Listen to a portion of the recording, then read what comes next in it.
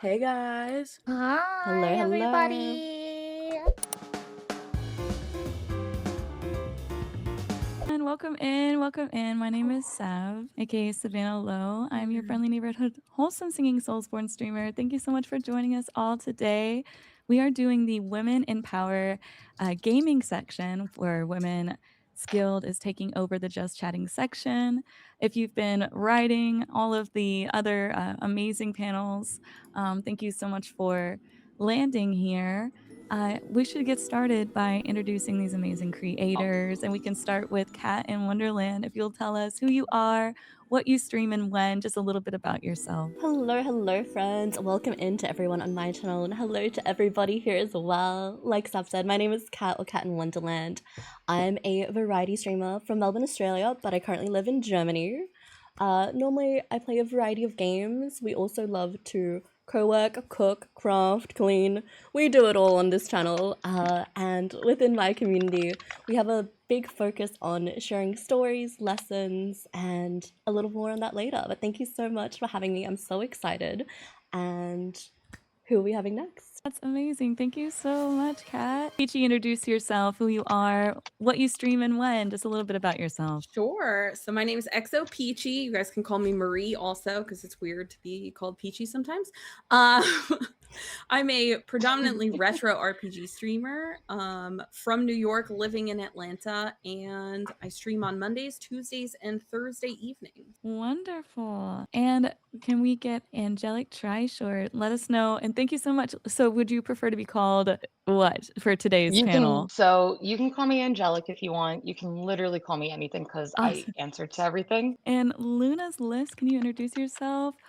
Who you are, what you do, when Hello. you do it? Hi, I'm Luna's List. You can call me Luna. I'm an ADHD, trans, lesbian, variety streamer, VTuber, voice actress. That's a lot of words. I'm just a cute goober on the internet, and I like to play video games and talk to people and have fun and be adorable. that's That's what I pretty was much it. forgetting to say. I mean, yeah. That's the life. That's the life. I love that so Yeah. much. Yeah. Do you have that on a Luna, t-shirt you're freaking somewhere? I'm adorable. just a cute Not goober on the yet. I don't internet. have merch I will buy yet, I but will buy one. when Just I let me do, know. that's gonna be one of the first things for sure. And Cass, would you love to tell us who you are, what you do? Yes, well, I'm Cass Champ. I love to play cozy games. It brings me joy, and I feel like it's important to be able to express or like to feel that these days. And I studied in interior design and all that jazz, but we are now creating content and streaming and gaming as well, and taking that with so much passion and not being afraid to show that it is okay to game and wanting to be in this space and industry where it's mostly not done. We love a baddie in a male-dominated field. Let's Yes. go. Yes. Always. So we have Kat, we have Cass, we have Luna, we have Angelic, we have Peachy, Marie, and I'm Sav. It's so nice to meet you all. I play Soulsborne games. Mainly, I'm a professional vocalist that found streaming during the pandemic, and it's been such an amazing part. I love being a part of the Women's Guild. I joined the guild at its conception, and then also when they came with mentors, I joined the community building mentorship program. So I love being a part of everything that they have to offer, and meeting new people, uplifting and amplifying marginalized voices on this platform is something I'm very passionate about. And we're really excited to bring all of that to you today. I would like to start by talking about something that we've probably all experienced in different ways at different levels, which is how women are treated in gaming spaces.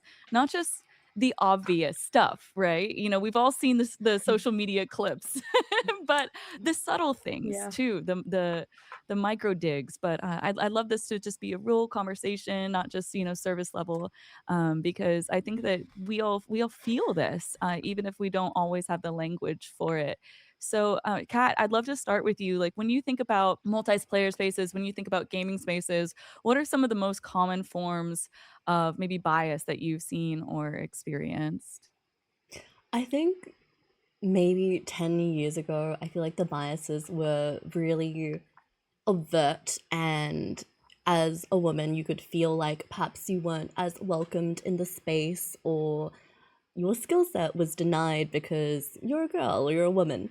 But I feel like now, in the year we're in, 2026, the biases are a little bit different. I think it goes along the lines of what kind of games you like to play, um, perhaps your setup, as well as, I guess, your preferences in the different ways you like to play. So I think it's so great that we have a great mixture of different creators today to talk about all of that. 100%. Being a woman that, like, when you say you're interested in the games, and then the immediate assumption is, oh, you must love, like, Animal Crossing.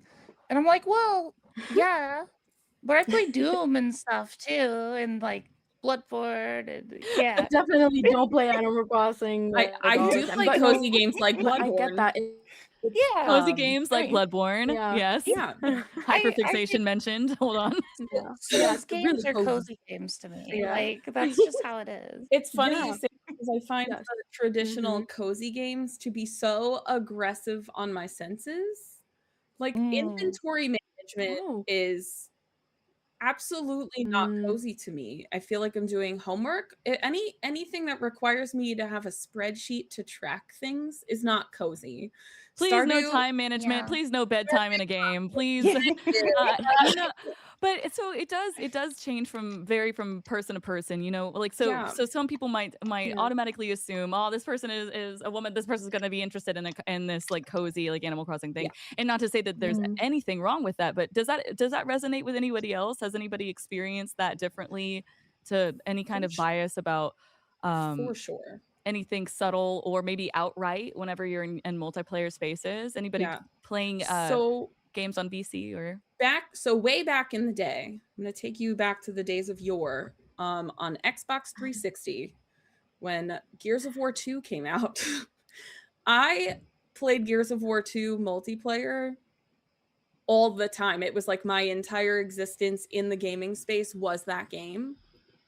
And the amount of vitriol, shivers, the amount of vitriol that came out of that space is disgusting. I got doxxed through Xbox Live. Oh no! Because I was playing that game. Oh, no.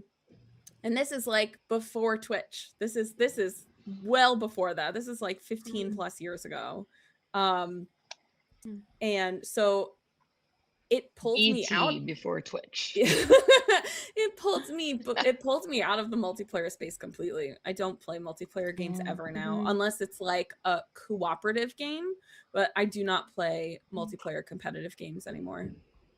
Same kind of thing for me, but not because I like experienced it, but like I've seen it happen enough that like post transition for me and voice trading, I'm like, I don't want to get on a voice communication and get harassed. Basically, I just kind of avoid multiplayer games now because I don't want to go through that, which sucks because like I shouldn't have to do that, you know?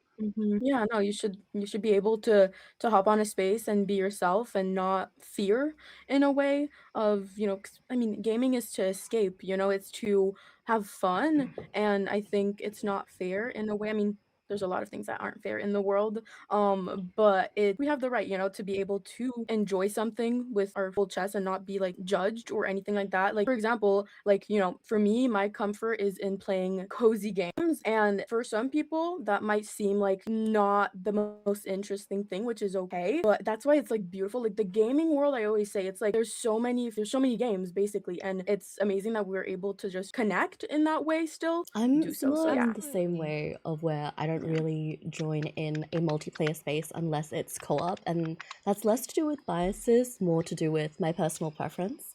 But just to pose a question to you guys, who have played multiplayer game spaces before and don't play anymore, what would make you feel more comfortable to engage in that space again? And would you want to? Because like Cass was saying, you Nothing. It shouldn't be like a fear or something. What could be something that facilitates you to play again? Or if there was a multiplayer game that came out, like what would entice you to engage into that?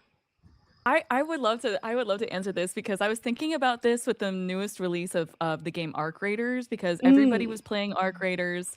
Everybody on my community was really Yeah. enjoying it, and I was just so terrified of hopping into that kind of toxic environment. I'm also the kind of person who can't even make a renegade decision in Mass Effect. I don't let my chat fool you. I punched a lady one time, okay, and Wait, she if it's and the everybody reporter, knows which one that if it's the was. reporter, you're It is the supposed reporter. to. You're Okay. supposed to. But I Yeah. can't. I cannot. I cannot. The Listen, I violence. can't even like be mean to someone, right? In a video game that's fake. Mhm. I'm not going to be like toxic to a Yeah. real person. Yeah. I had this Pixels. idea. I was like, Yeah. how cool would it be if everybody in the game was assigned a random voice changer? So you had no idea. Like when you were in voice chat, Oh, you that'd had be so no cool. idea what That's a anybody sounded great like. idea. You know what I mean? You could totally I erase actually Yeah. love that idea. any I of like that. that. You know, you erase any type of Yeah. how people Yeah. they could be like, I'm a girl, Yeah. whatever. Like or like no seriously, I'm a guy. Who Yeah. cares? You know, like And play it the adds a game, you whole know? new Mhm. like Yeah, creative we're element to humans, that you as know, like well. Like you can have a little role play in there if you want to as well. I yeah. actually think you would still be able to Mhm. figure out based on language, on how people talk.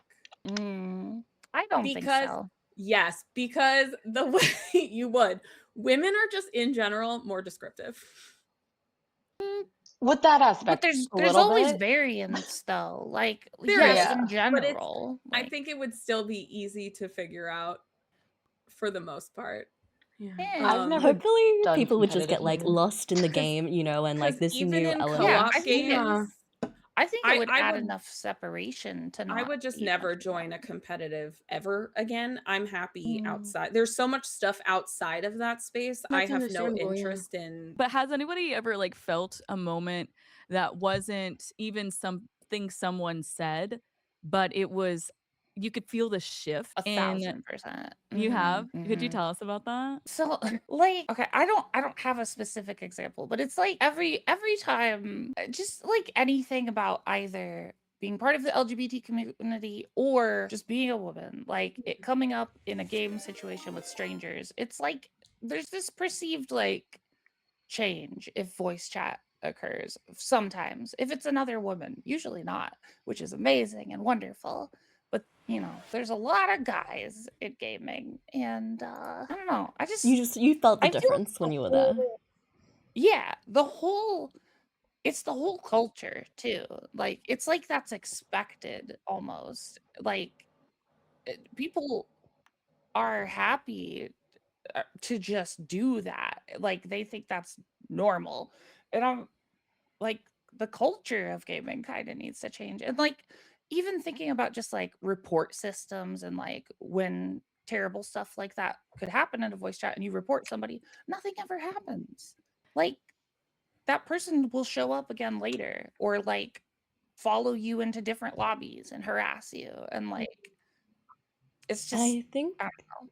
that Yeah. translates into real life a little bit as well, like as just a woman moving through spaces and to I guess move it into a positive thing in terms of like reporting and how that can help change the culture. I think it's also personal accountability, like you as a gamer as well. Like if you as a woman, a man, a non-binary person, who whatever, you know, if you see something that you don't agree with, I think it's great to speak up online as well as like in person as well, because I think everybody has a voice, and for those who maybe don't feel comfortable speaking up, like you can help someone else feel more comfortable, and you may never know, and it doesn't really cost you anything either. So hopefully like people will move towards that general direction and want to speak up, you know. We bring back shaming people for bad behavior. The shame Bring now. back the shaming. Like will Yeah, say, I mean, my did you really whenever mean to someone's- say that? What was that again? Did you mean to say ask, that? ask what Yeah. they mean. Like if they tell a joke that is very clearly bigoted in some way, just be like, I don't get that. Can you explain? Can you that explain joke?" that? Yeah, like that would just Yeah. yeah. That's my And I feel like favorite one to bring.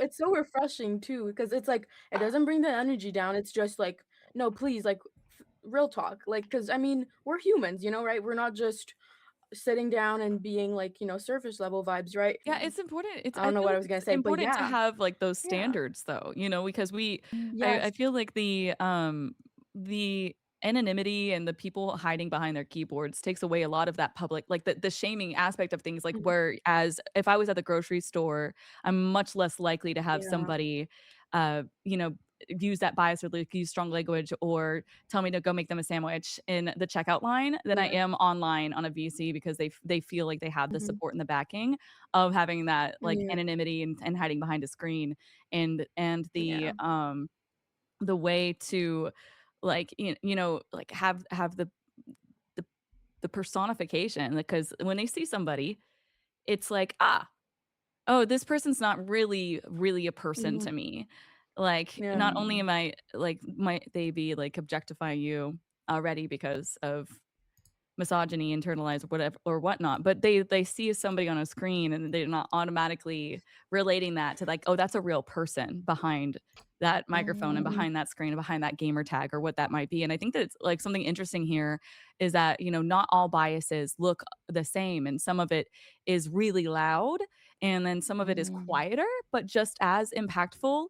And like, how do you differentiate between that overt toxicity and those more like subtle moments? Do we call out all of it? I think it's important to call it out, but there's also, I always want to lead with kindness in a way where I know my thoughts and what I believe in.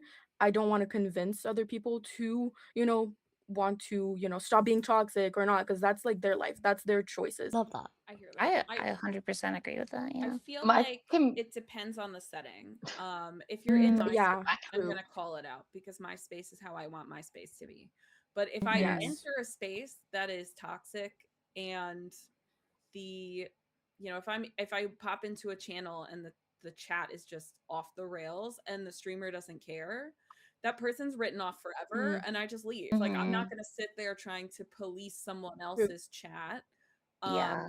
But my own community, this is what's allowed, this is what's not allowed, and if you don't like it, there's the door. Exactly. I was actually you gonna can't say, change how other people are, but Exactly. you can Protect change your how you community. react to those. Exactly. I gotta Yeah. protect my people. I gotta protect myself. yeah. And it's a little bit Now- like, I feel like it comes down to respect, not only for Yeah. other people, but also for yourself. I think that's like really important to always remember, having those lines and being able to put boundaries, but also still be able to be myself, if that makes sense. So yeah. I'm glad you absolutely. brought It's a out fine line. boundaries, because they are like they are very different for everybody. You know, it's like I like to like I learned from Chelsea Bites taught me the analogy of, you know, everybody's stream is like your own house, and you don't take off your shoes in everybody's house. Some people, you walk through their front door and the first thing you do is you take off your shoes. And my rules might be different than your rules, but as long as you're following the rules of that house and you understand that it doesn't mean that these people, like, this person's boundaries are no better than this person's boundaries. This person might want to have a discussion before an immediate ban. This person might want to just boot them out and be like, no, this is my community, we don't play like that. You know, I like to kind of gauge it as a situation goes, and if somebody is being it also depends on my mood. But for the most part, I like to educate. I like to say, like, okay, can I use this as a teachable moment? Does this person just not understand that what they're doing could be better? Like, are they having a bad day? Are they taking their behavior out on me? Do I feel do I have the spoons to have this conversation right now? Can I use this as a teachable moment? You know, I sometimes I offer a troll a hug. Yeah, you know, like I'm like, do you need a hug? Or do you need a place to be? Because you don't have to be like this. Are you lost and lonely?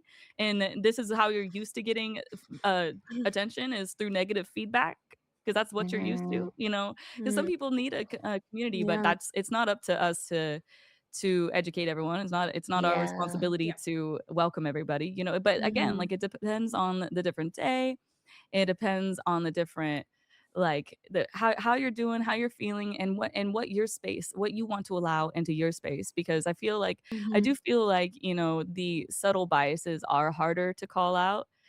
You know, I feel like one of those more subtle biases that we see as women in gaming is backseating. I feel like Oh my God. like backseating is My a enemy. subtle bias. I could I talk feel about like backseating all day. if you go into women representing streamers chat more often than our male counterparts, it is absolutely way more prevalent. 100%. It's always Yeah. and I've been doing a couple first playthroughs. I actually had to stop a Resident Evil 1 playthrough because people kept coming in, and even if it says please don't backseat unless like I specifically ask, I'll get backseating or like spoilers, and I'm like, no, No, that's not it's really fun. not. But Uh, I did want to say with the boundaries also, like having those boundaries is really nice. I never did competitive gaming because like on YouTube and everything, I would see the way women are treated, even by fellow women sometimes.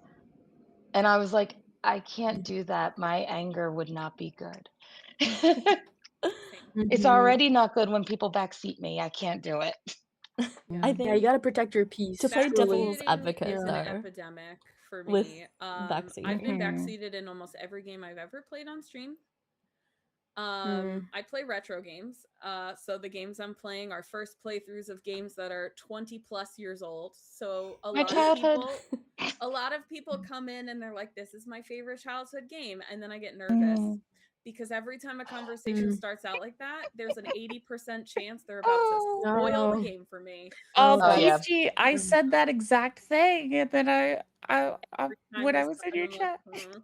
Every I time got I backseated didn't playing backseat Phasmo. you. game, and I'm like, okay, mods, look out for this one. But no, a lot of times it's fine, or they get like a little enthusiastic. So I'll just remind them, like, hey, when I say no backseating, I also have a backseating command that I pin to chat.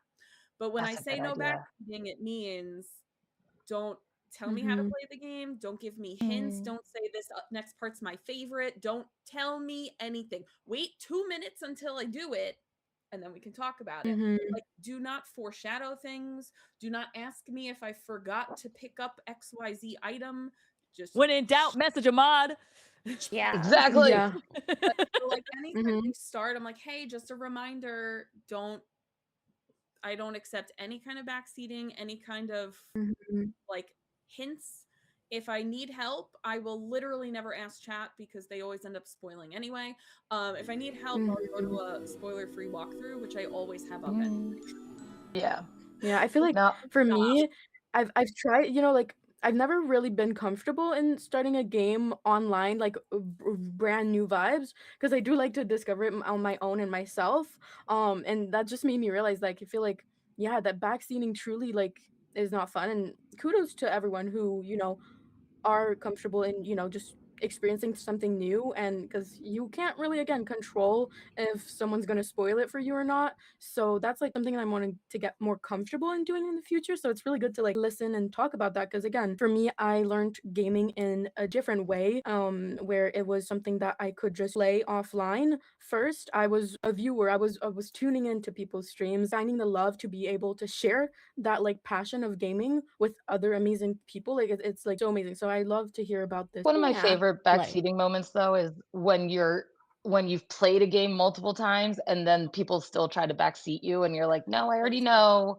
Because I play a lot of Phasmophobia and I have people backseat me on that game. And I'm like, I get it, guys, but this is my obsession also. You don't got to hold my hand that much.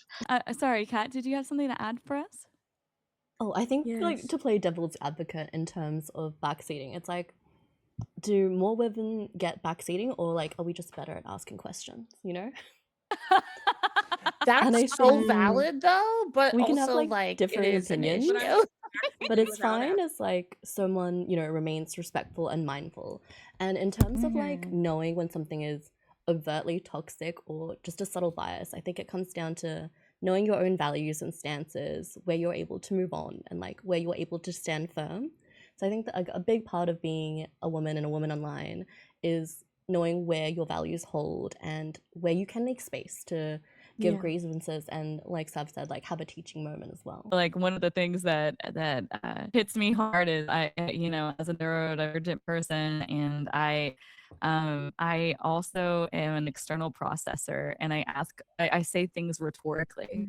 When I enter a new area, and I'm a big lore fiend, right? So I'll be like, piecing things together in my head that like, did Miyazaki mean this? Oh, and so I'll go into this. I'm like, oh, is this the Yeah. place where the prince was? I wonder if he's connected to this. You know, and I'll say it. They'll be like, wow, she figured it out. And I was like, shut up, I didn't mean that. You know, like, please don't answer me if I Talking ask to a my question. other self. Actually, please don't. Please don't. Yes. And Yeah. so I have like little commands that, you know, fire off and remind people that I say things out loud, but Yeah. that's this. Please don't Yeah. answer, you know. And it can be confusing though. I mean, when you think about it, how many different environments? That's why I like to have that curiosity also as well, like you were talking about, you know, having like when I have the capacity for it, if I can approach a situation with more of a kindness and a curiosity, because I'm like, how many different streams can we go into with different rules and different people, and maybe like Mhm. you know, and all anybody really wants is, or at least what I like to think, what people want is to belong and to be a part of a community and to contribute to it, right? Like I think that there is a very small a small percentage of like nefarious bad actors that just go in trying to burn it all down, right? You know, people want to be a part of something, and that they love the game. They're excited to share it with others. And so I try to you know, steer it away, but it does happen more. Oh, you have an Animal Crossing Ooh, pillow. Oh my god, I want it. Sorry. I do. Isabel and Tom. Mhm, I'm I And so love thank it sorry. That too. was so random of That was me. so cute. No. No, seriously though, Just thank you so much for saying, hey, thanks for having this discussion. We do want to, of course, shout out to the Women's Guild for putting this together. I think there was like Yeah. over 160 creators talking today, Yeah. going over the just chatting category for women in power. And thank you for the opportunity to use our platform for things that matter and having important conversations. And of course, you know, everyone involved in this discussion is so important because they've taken their time and energy out of their day to make this possible, and also are sharing their vulnerability, which is, I believe, like it's a very yeah. strong thing to do, is to have that type of transparency over the things that we encounter, because as streamers, as content creators, as entertainers, it can be really difficult to have the discussions about around these topics, because you don't want to come off as complaining, right? You don't want to come off as like, oh, my life. So Mhm. because this is a privileged position to be in, to be able to make content, right? Like we know that this Yeah. having a voice, having a platform, being able to play video games for a living, you know, whatever it might be, you know, we don't want to come off as ungrateful for that in a way. So it's hard to bring up these really Mhm. important discussions, because there is a lot of that we go through that's specific to us, and having bringing us together, having this platform, having these discussions are so important. So thank you so much and everybody in chat that's joining us, especially outside of the stream times that we normally I was just talking about Mhm. the sun is up, you know, but Yeah. I feel like these communities are really important, and y'all coming together for your creators is a really beautiful thing to see, and having these discussions and adding to that. And you know, I feel like it is important to have that great community, to have that community Ah, that will protect you. And Yeah. while you're protecting yourself, your community is also protecting you. You know, we have all put in ways to develop and developed, you know, the communities that reflect the streamers' values. And so what are some things that you have put into place, either for yourself or your community, that you believe will actually help? And I'd love if Kat, if you'd like to weigh in on this first.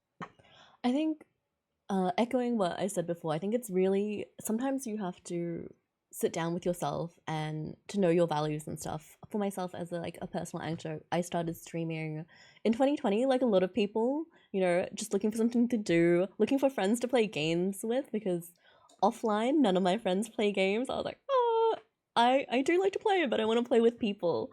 And first starting out, obviously it was a hobby, and you have your own boundaries and rules and such, but it's such a different space, and the internet is such a different place 5 years ago, 10 years ago, a year ago.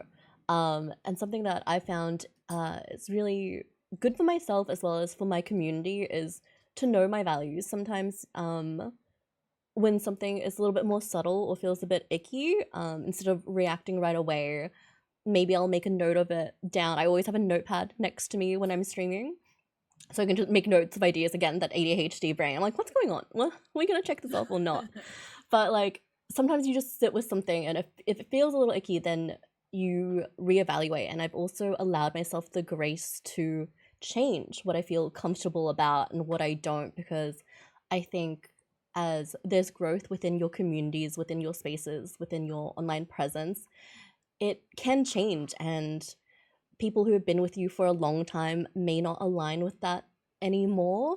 And maybe they do, but you have to give them the opportunity to know where you're at as well. So I think a lot of self-reflection has kept me and my community safe, as well as like a lot of journaling and just like looking into like what's good for me, what's good for everyone, and how do I make myself feel at peace, but also have things where I can stand firm on and be a voice to people who maybe don't feel as comfortable speaking these out loud. So a lot of introspective, I feel like, is good to keep you We safe. love an emotionally intelligent queen. Let's yeah. go. Mhm. The reflection, the Mhm. diving into my goodness. The I love notepad. to see it. It's inspiring. Yeah, seeing a lot of amazing, amazing, and unique people who aren't afraid of being themselves on Twitch. I mean, you don't see that. I mean, I feel like for me online, I used to always see like, copy and paste. And I think discovering Twitch and being able to see that it's okay to be yourself is so refreshing and beautiful. And yeah, representation really matters.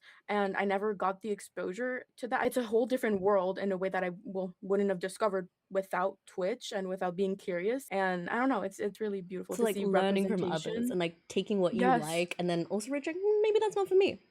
Definitely. I love that you Definitely. mentioned, that your boundaries change to Kat. You said that sometimes I can look at myself and say something that sat with me before maybe doesn't feel so good now. And it is, you Yeah. have the freedom to change 100% at any time. If you were comfortable with something before and you're not comfortable with it anymore, you are 100,000 million bajillion% within your rights to communicate that.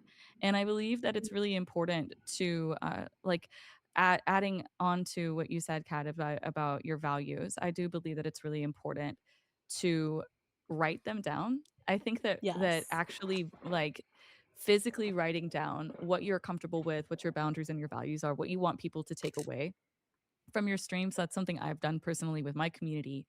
Is I know that people aren't going to always remember what I've said or what I've done in stream. I know that I don't remember what I had for breakfast this morning, but people do remember how you made them feel.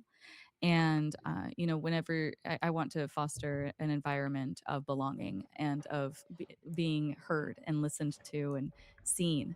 And in order to do that, I have to acknowledge myself and I have to see myself. I can't, be a hypocrite over here. I have to first acknowledge my own, the way that interactions and either online, in gaming, in the community, whatever it might be, make me feel. And then I write down, what my specific boundaries are, what lines I'm willing to cross, and what the conditions are for that, and then what my core values are, and then using that as like the pillar of the of the stream is really helpful. What are some other things that you all have put into place for your community that help create the space that you would like to see as far as tone and energy and protecting yourself? I think if you are, I agree, you need to figure out what your boundaries are, what you're comfortable with.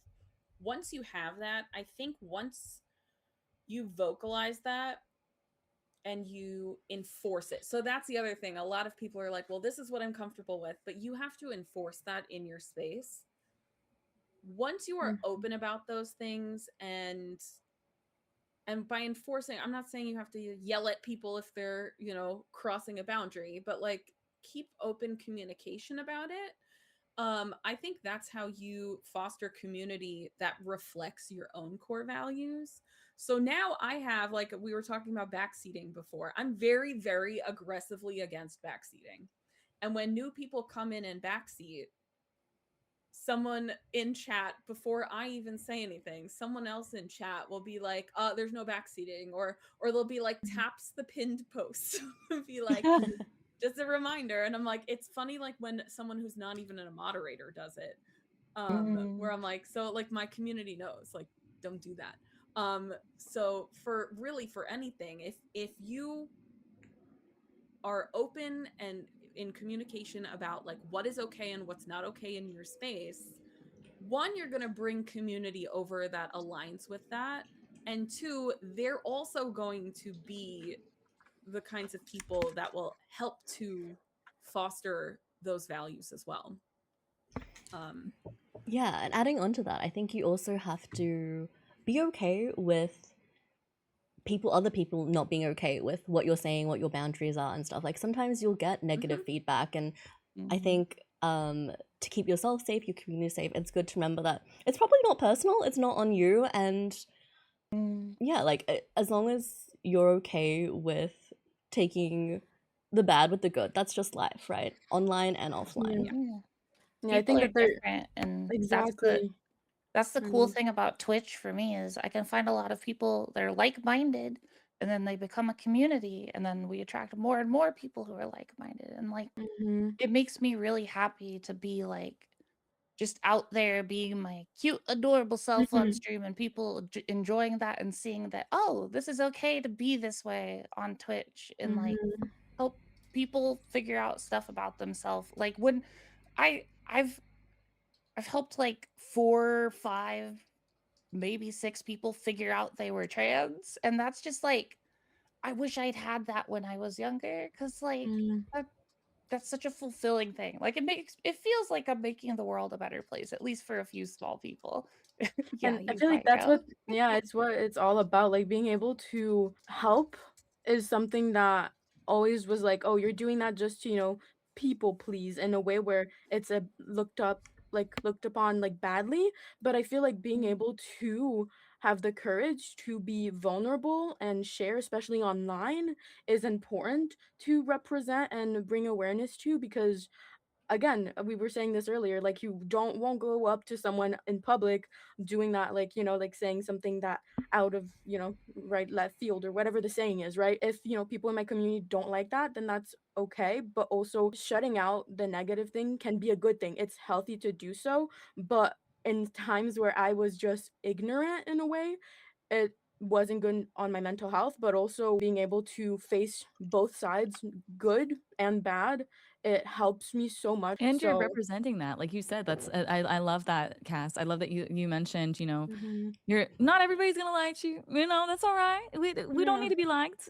yeah, That is not yeah. that is not a need, right? Like Exactly. My you space, yeah. You can join, and it doesn't mean that you have to stay at your seat. You can go stretch, go get water, Yes, like exactly. You can't I you're hope not you for have a good day. everybody. But yeah, Yeah, exactly. I mean, So, I yeah. put habanero sauce on, like, almost everything I eat, right? Does Yeah. that does Yeah, everybody load their Sounds so stuff good down right with now. hot sauce? Is that for you don't everyone? have to I'm do No. eating it. at Sav's No. house, so Yeah, anyway. come on over, I'm come on right over. there.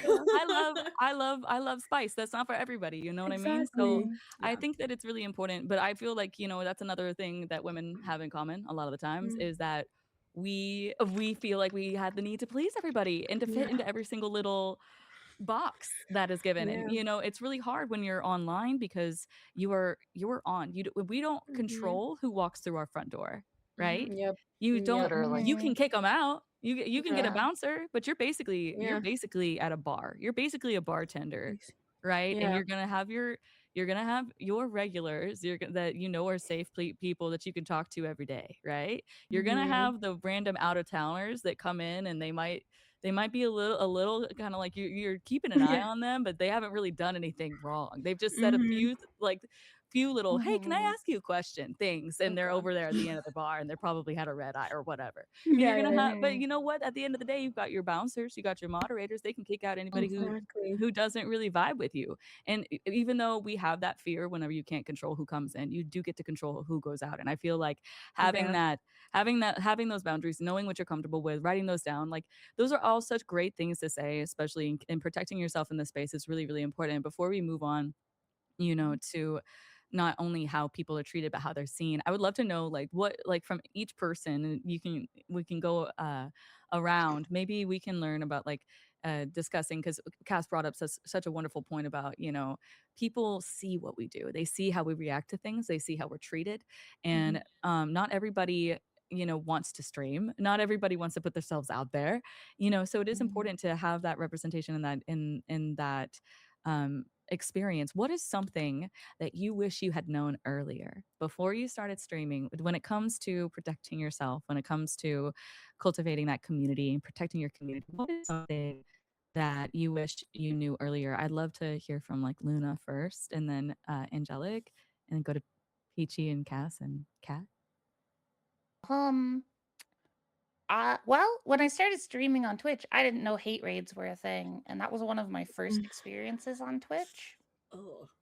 Oh my I god. almost stopped Yeah. streaming in my second month of streaming. I've been going for like 2+ years now, and that almost made me quit. But Can you I explain what a went, hate raid is to anybody who yeah, might yeah, be? yeah. So basically,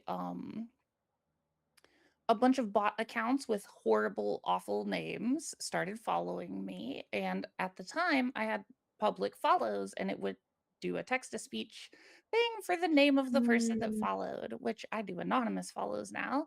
Uh, and they would have horrible names, like telling me basically to end my life.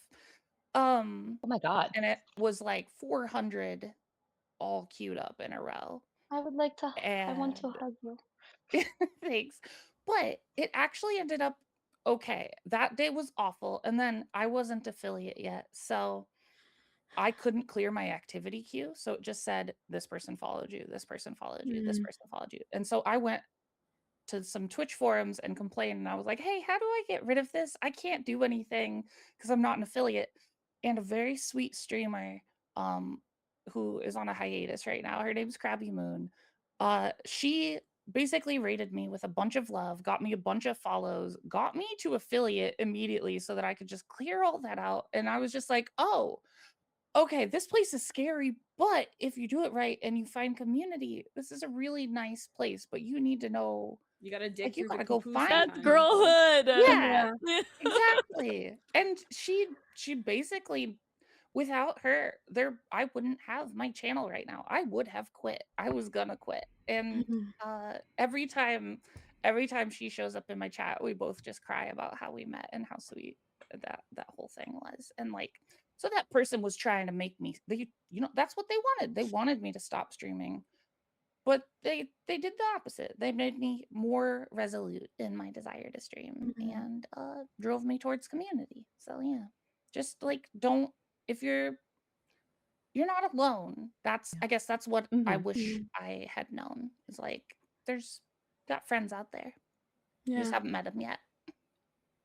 I love your origin story. It's so good. You're gonna make us all cry superhero, now. super Right. Oh my gosh, thank you for sharing that, Angelic. Yeah. Can you tell us about what you wish you would have known before you started? Dang, I don't know how to follow that. No, one of the things that I wish I would have known when I first started was that it is okay to ban people to protect yourself.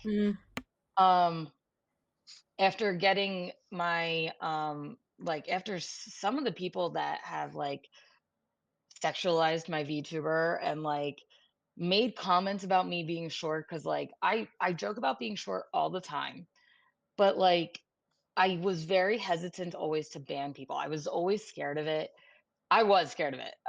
But like I had a couple guys that came in that like kept talking about how they were gonna pick me up and throw me over their shoulder, and like I have trauma with that. I have like PTSD type stuff with that, and I was like very very uncomfortable. But like I did end up banning them, but I was very hesitant at first because I was like, and I was trying every which way to be like move on, like just stop with this, and like, no, you're not doing that, and like they would not take that no. And I was like, this is really concerning. So like I did end up finally banning them, but like I was always very scared and hesitant to ban people. That is so true, and it. I always like to say that a a band viewer, like the right viewers, are so much better than more viewers, right? Yeah. You having it doesn't matter if so keeping that person that makes you feel uncomfortable around because you want to bolster the numbers or anything is not worth it. You're not No. cultivating a community. You're Mm-mm. just making yourself hate streaming, and you're making if you're uncomfortable, Your your chat is chat is uncomfortable uncomfortable. too. Yeah. And they're not gonna Yeah. come So back. true. And even if that And person, like, I'm sure that we've all like been in the like there could be somebody who has been a pretty heavy contributor, you know, to your stream, and so you have like that weight on you, like you're like, oh well, they gift a bunch of subs or they do a bunch of donos, and that's you know, that's really hard to. But at the end of the day, no, like you are allowed to ban anybody. You don't owe anybody anything. They can get out of your house, you know, like it really means so much more to have fewer people that are the right kind of people than to have people in there that aren't a good reflection of your community and what you want to be a part of. 100%. And that's luckily I learned that. I that's such great advice. What about you, Peachy? What is something that you wish you knew? So I'm gonna bring up a little story from a couple years ago. So anyone in my community that's been there for a while is going to recognize this. But I had an application open for additional mods, and someone I had known for about 12 or 13 years um, in the cosplay community and in the streaming community applied, and I was like, oh my god, you know me so well, like you'd be perfect as a mod. Modded them, and a month later they started bullying my community in Discord with like direct attacks of just being like really mean. And I was like, not only do I now have to ban someone, I have to ban someone I've known for over a decade that is my moderator. And that was where I had to go back and go, okay, let's figure out what my boundaries are. That was the click for me on vocalizing my boundaries. So once I started doing that, I found my community to be a lot more positive when I was like, hey, and again, I don't ban people like immediately. That was an immediate ban. I was like, I'm not even talking to you. I can't even believe this is happening. So that was like an immediate ban. But, you know, if someone says something that I'm not, it's hard to read. Like I'm reading a chat. I can't always read your tone. So a lot of times I'll like ask, it's also the neurodivergent in me where I'm like, I don't know if I get this. I might be reading this wrong. So, you know, I'll wait for clarification before I'm like, get out. Like, but having boundaries was really, that was the eye-opening event that told me like, girl, you're not doing something you should be doing. And that was when I started doing that. And it's very funny because I'm now a mentor at the Twitch Women's Guild where I deal in moderation and tools, and setting boundaries is a large part of that. Because I would rather have people establish those things at the beginning than wait for an unfortunate event to do it. I promise you it'd be a lot easier to have set those before that happened. So yeah, I mean, sometimes we just get a really bad poo-poo event that happens, and that's when we go, crap, what do I have to do? How do I it's all I'd learning rather, experience. You learn on the yeah, fly so much, right? it's better to In be this job. proactive than reactive for sure. That is a good one. That is a good one. What about you, Kat? I think we had so many amazing takeaways, but I keep coming back to the representation and also like asking questions. So I think one of my favorite sayings is you can't be what you can't see. And sometimes you have to be that person for somebody. Like if you wish you had X, Y, and Z when you were growing up, or you were just looking for that space where you feel comfortable and safe, like you can be that for yourself as well for so many others.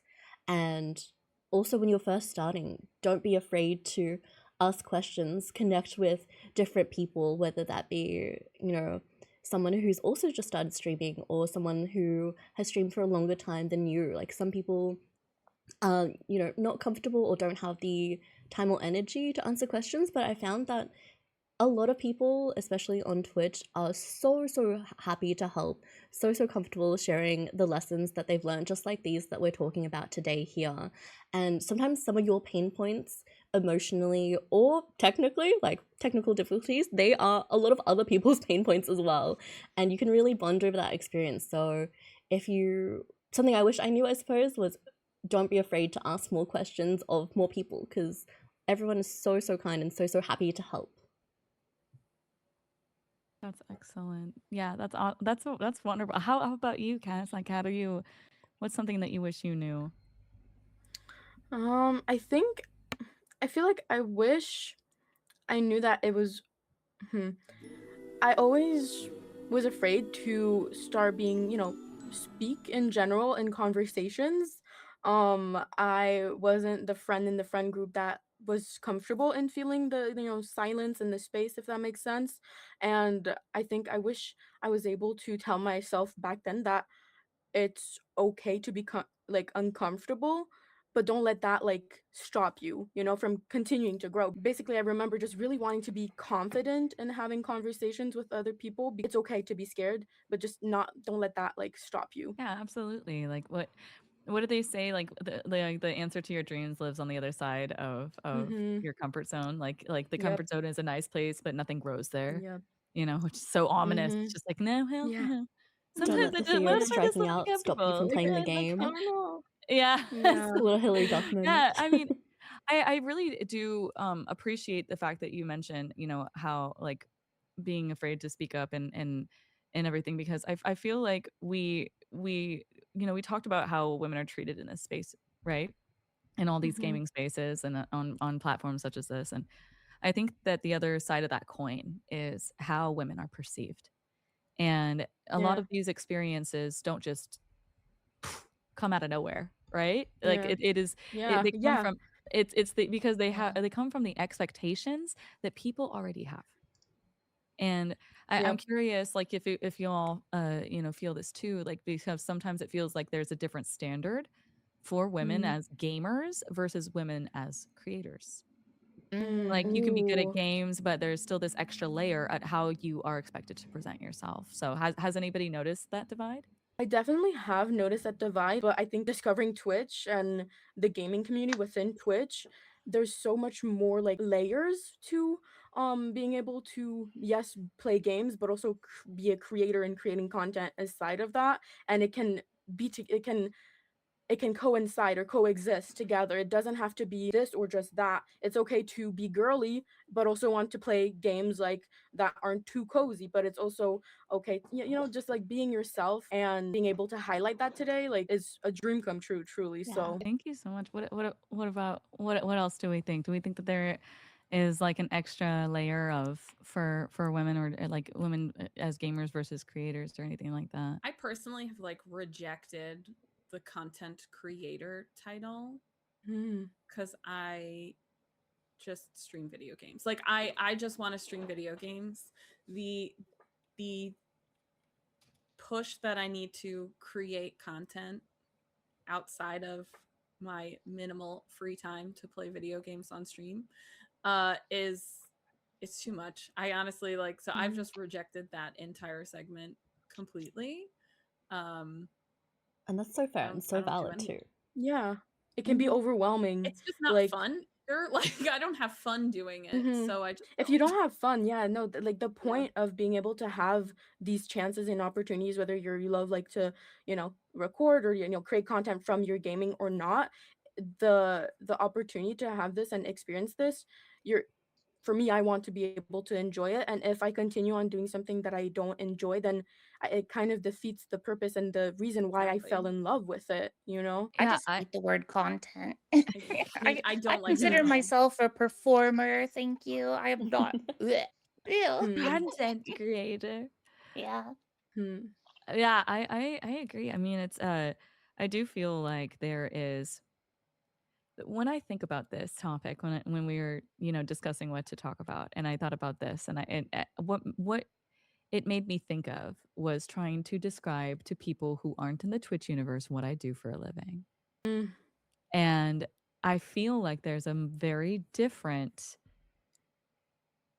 stigma around I'm a content creator Mm-hmm. versus when a woman says it. or Yeah. versus I'm when a gonna go man with says it. Instagram model is probably the first thing anyone is gonna think when Right. a Mhm. woman Right. says content Yep. creator. Right. Yeah. Exactly. Yeah. There are these things that when we're talking True. about what did these bias come from? Yeah. Where did this stigma come from, right? Like where like Yeah. this the way that we're treated didn't pop out of nowhere. What are these Mhm. expectations? And when you say, "Oh, I play games on the internet," and people watch and they're like, "How does are you sure? How does that work? Is that really Yeah. what Yeah. and I've literally had somebody ask me what I wore while I did this, Well, Oh my. I and can I'm like, I can also I will say when I first told my grandmother that I did it, her first question was, "Does that mean you're having sex online?" Oh And I my, was like, "What?" oh my god. Yeah, so Games, grandma, that's games. Wow. I even said video games like 3 times, and she Wow. still jumped to that because Mm, that is not something to agree with. I mm, Sorry, think the dog barked. maybe it stems from like Savannah asking like where does this all come from? This like bias and Yeah, connotation. but then I think it's like entertainment. You have to go back to like the film industry as well as like yeah, mm, Hollywood or everything like that. That's where women first got their, I guess, starts as performers, or even you go back to theater and Broadway.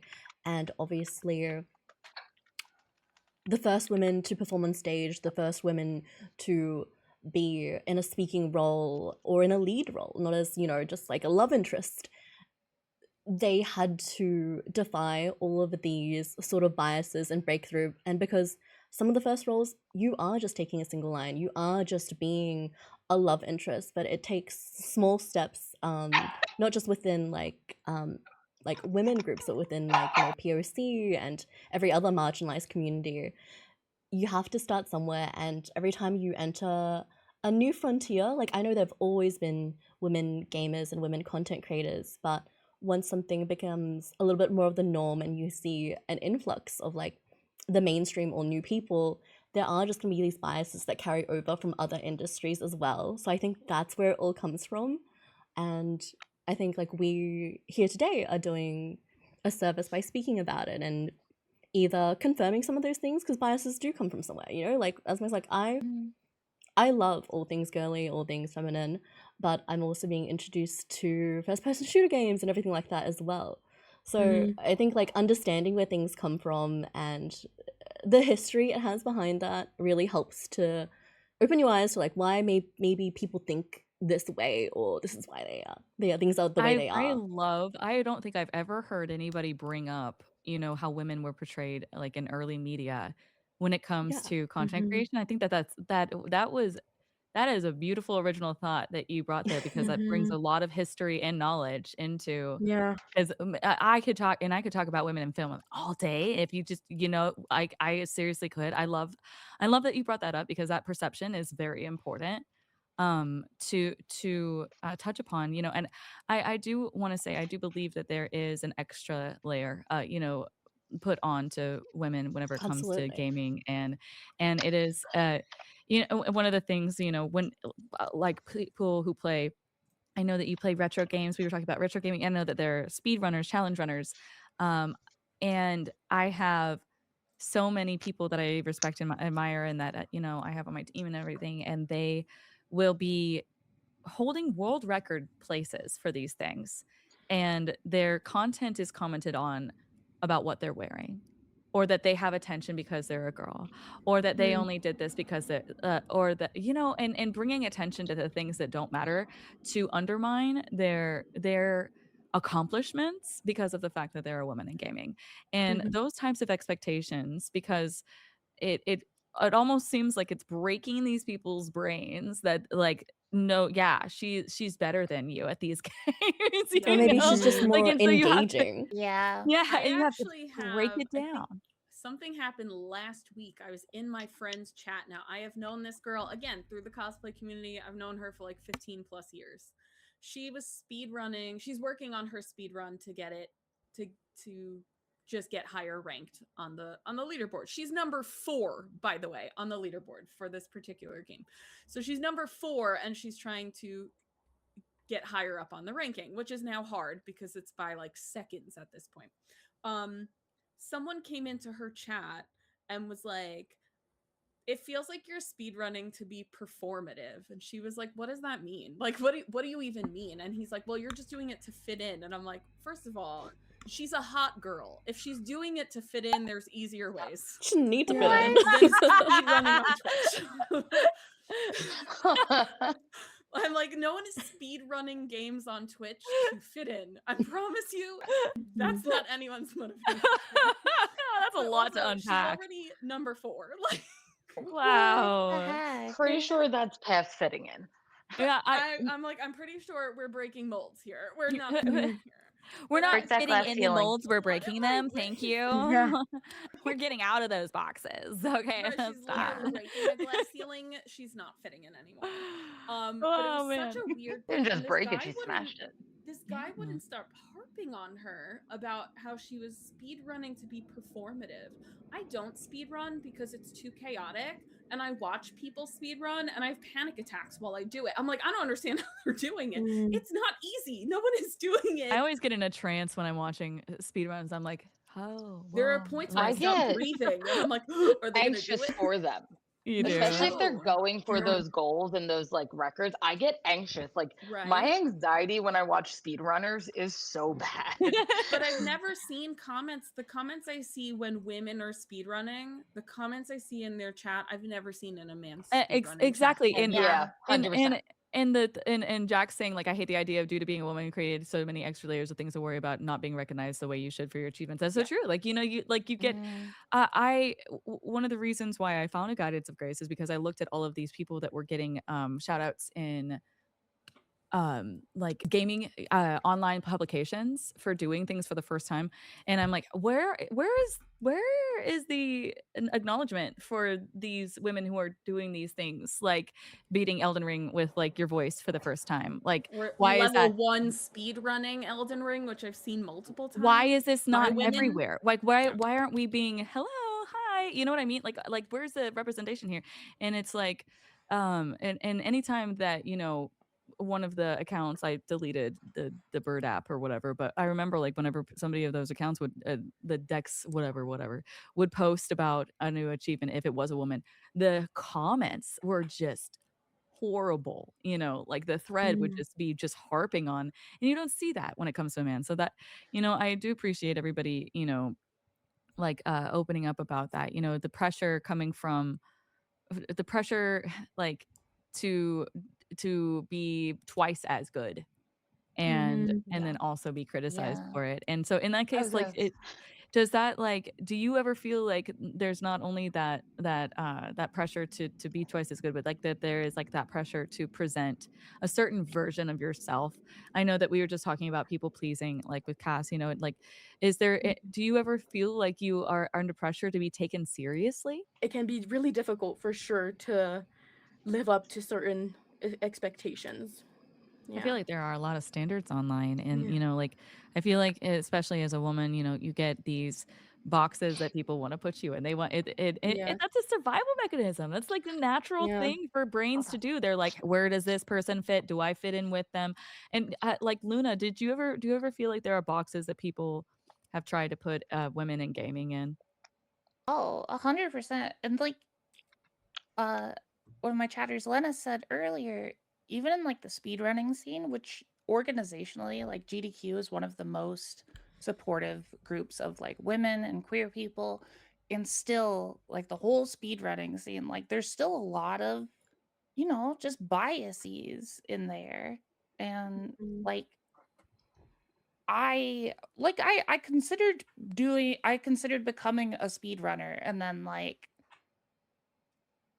the main factor for not doing that is being a woman in the space and just like all the things that entails, and like I decided not to, like, just I don't know, it's like just there's so much extra to think about. It's the mental load thing again. Yeah. Just every single decision that we make is just like there's all these other factors, like how are people going to interpret this, or are they going to think this because of this? Like I I don't know. And, Sorry, and we I forgot the original question. no, we're just talking about being in boxes, and I think that it is important for you to speak on the things that you are worried about trying because Mhm. of bias and thing. I think that it's important for us to bring that to light and to always touch on that, because it does point out the severity when somebody doesn't want to get into something that they think that they might like because they're afraid of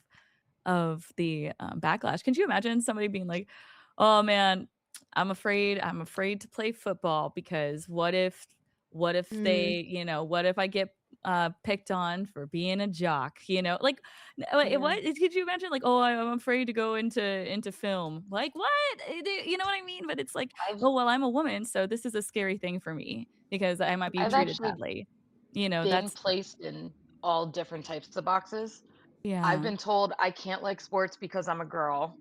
I can't like Mhm. football or hockey or something because I'm a girl. I've been told I'm not girly enough. I'm too foul mouthed. I'm too sarcastic. I'm too this and that. And like when I've told people like I stream video games. I've also gotten the yeah, but would anybody actually want to watch you type Mm. of thing. And so it's been interesting being put into you see my VTuber going up and down. That's because the dogs keep making me get up and down. Um, but it's been interesting being fit into all these different boxes and like basically being told I'm not girly enough or I'm being too emotional as a person. And I'm like, Mm. can I just be me? Mm. You're reminding me of America Ferrera's speech in the Barbie movie. Oh, the part that made me Right? cry for like Yeah. 4 That Oh minutes my one, and god. straight. Yes. she's like, you're too sad, you're too skinny, you're too emotional, you're too serious. No, it's serious, and it that does all translate into gaming, into being a woman in gaming, and in speaking of these things, of these role models, of these pop references, and of these boxes, and being girly and being this and being that.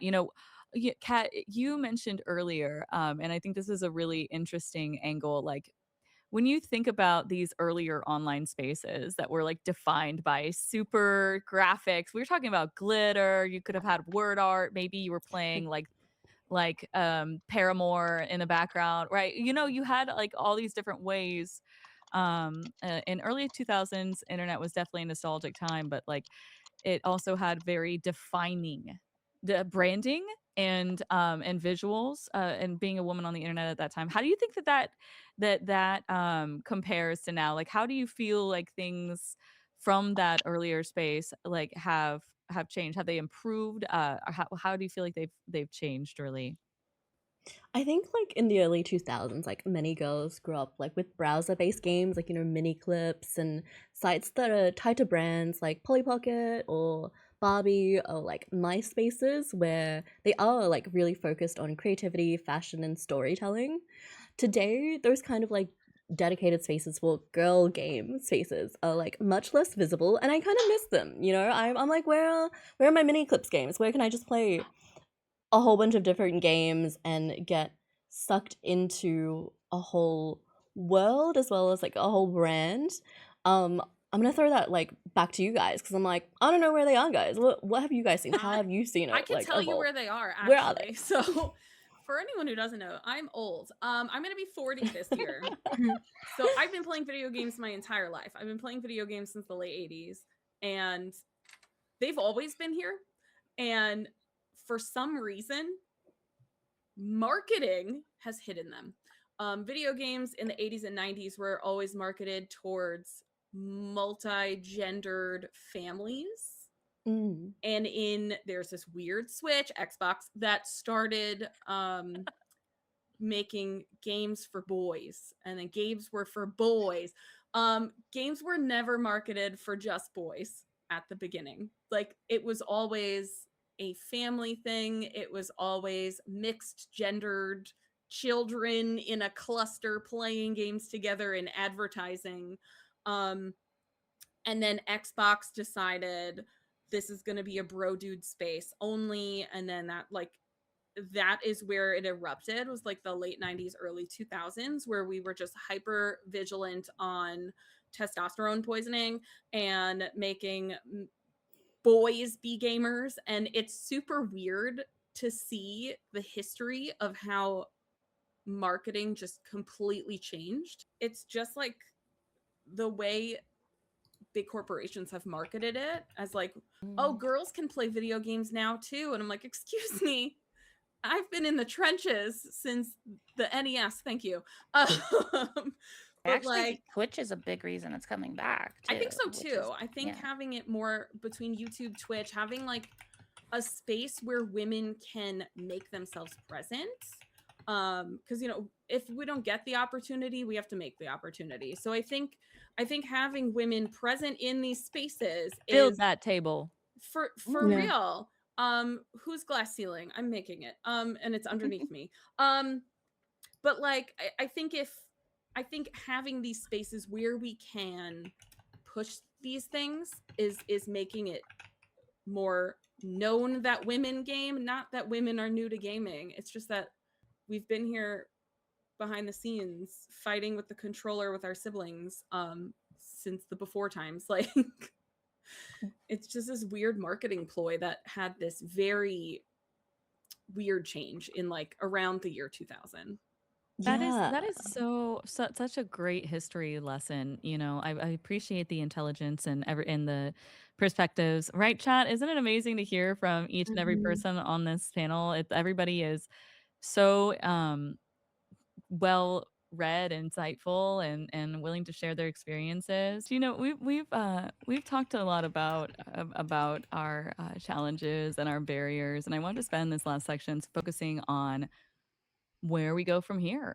You know, I believe that it's one thing to make a critique on the state of affairs, but I do believe in positive action. I believe that those things can start with conversation. We have such brilliant minds gathered here today and wonderful representation. So thank you so much for being here, and I'd love to hear what our thoughts are, because the reality is, you know, we're not just participants in these spaces. We are shaping them. And it is important to know that everything in this present moment will be history one day, and as much or as little as we can control in the world, the things that we can impact in the here and the now, and whenever the state of things seems like it's just so wacky and so much bigger than us, it is important to focus on that which we can control, to focus on those shapes of those spaces that we can shape.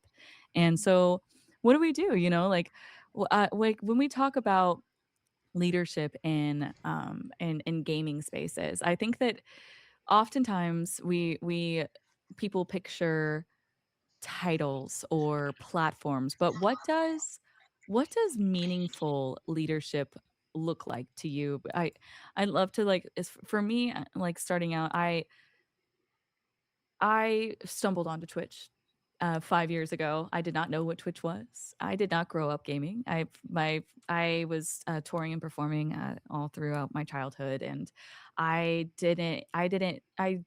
knew so little about gaming that I bought my PS4 off of Facebook Marketplace during the pandemic and had the shutdown. I had a 4. My son was 4 at the time, and he didn't have any electronics. We didn't have iPads, anything. He was in Montessori, and then all of a sudden I was at home, and I had no way to keep him busy, and I didn't have my career, which was, you know, music that I'd been doing for 12 years at that point, as my sole career. And so I was at my wit's end, and I'm like, okay, well, I don't want to get an iPad. Let's get a PlayStation, because at least it's tactile. At least, like, it's dexterity, right? Get this PS4. I'm thinking, let's do Sega Genesis, something like a little less stimulating, like maybe, I don't know, you know, like all the classic pack stuff. And then I find this game called Bloodborne. I'm like, what's this? Ooh, this looks like Lovecraftian, like, you know, eldritch horror. Oh, yeah, that is right up my alley. Let's check it out. Blah, blah, blah. And I did not know that you are supposed to die, and then when you go to the dream, you're supposed to pick up weapons. That's how little gaming experience I had, like zero. And so the first enemy that you encounter in that game, I beat to death with my fists. And it took me hours. It's a scourge beast. It's a werewolf. And I thought I You kept did it. dying. There were these creepy little skelly dudes on the stairs, like offering up weapons. I didn't know I didn't know I could take them. And I kept dying and dying and dying and dying. And I was hooked. I was hooked. And then I was a so soul screamer ever cool. since because I loved the feeling of doing it over and over and over and over and over again. And then finally getting it. Oh, I was like, Oh. where do I find more of this? Where do I find more of this? And so I found on Reddit that there was this thing called Twitch and there were streamers there. And so I streamed straight from my PS4. And that is how that's how I found Twitch. And for me, that the backstory is important because this is how I went into Twitch, not even knowing that people could talk to each other. I didn't know that I was so confused by chat. I was so confused by I didn't realize that person was live and answering the chat. I didn't realize that people could talk to me. I had to look. I didn't have a computer, so I had to look at the chat on my phone. So as somebody super new to Twitch, super new, I also realized that there were a lot of barriers. There were a lot of things that, as somebody with autism and ADHD is I already struggle in a lot of social cue situations. And then I felt like there were these unspoken rules in Twitch about things that you don't say and that you don't do. And I got really kind of in my own bubble.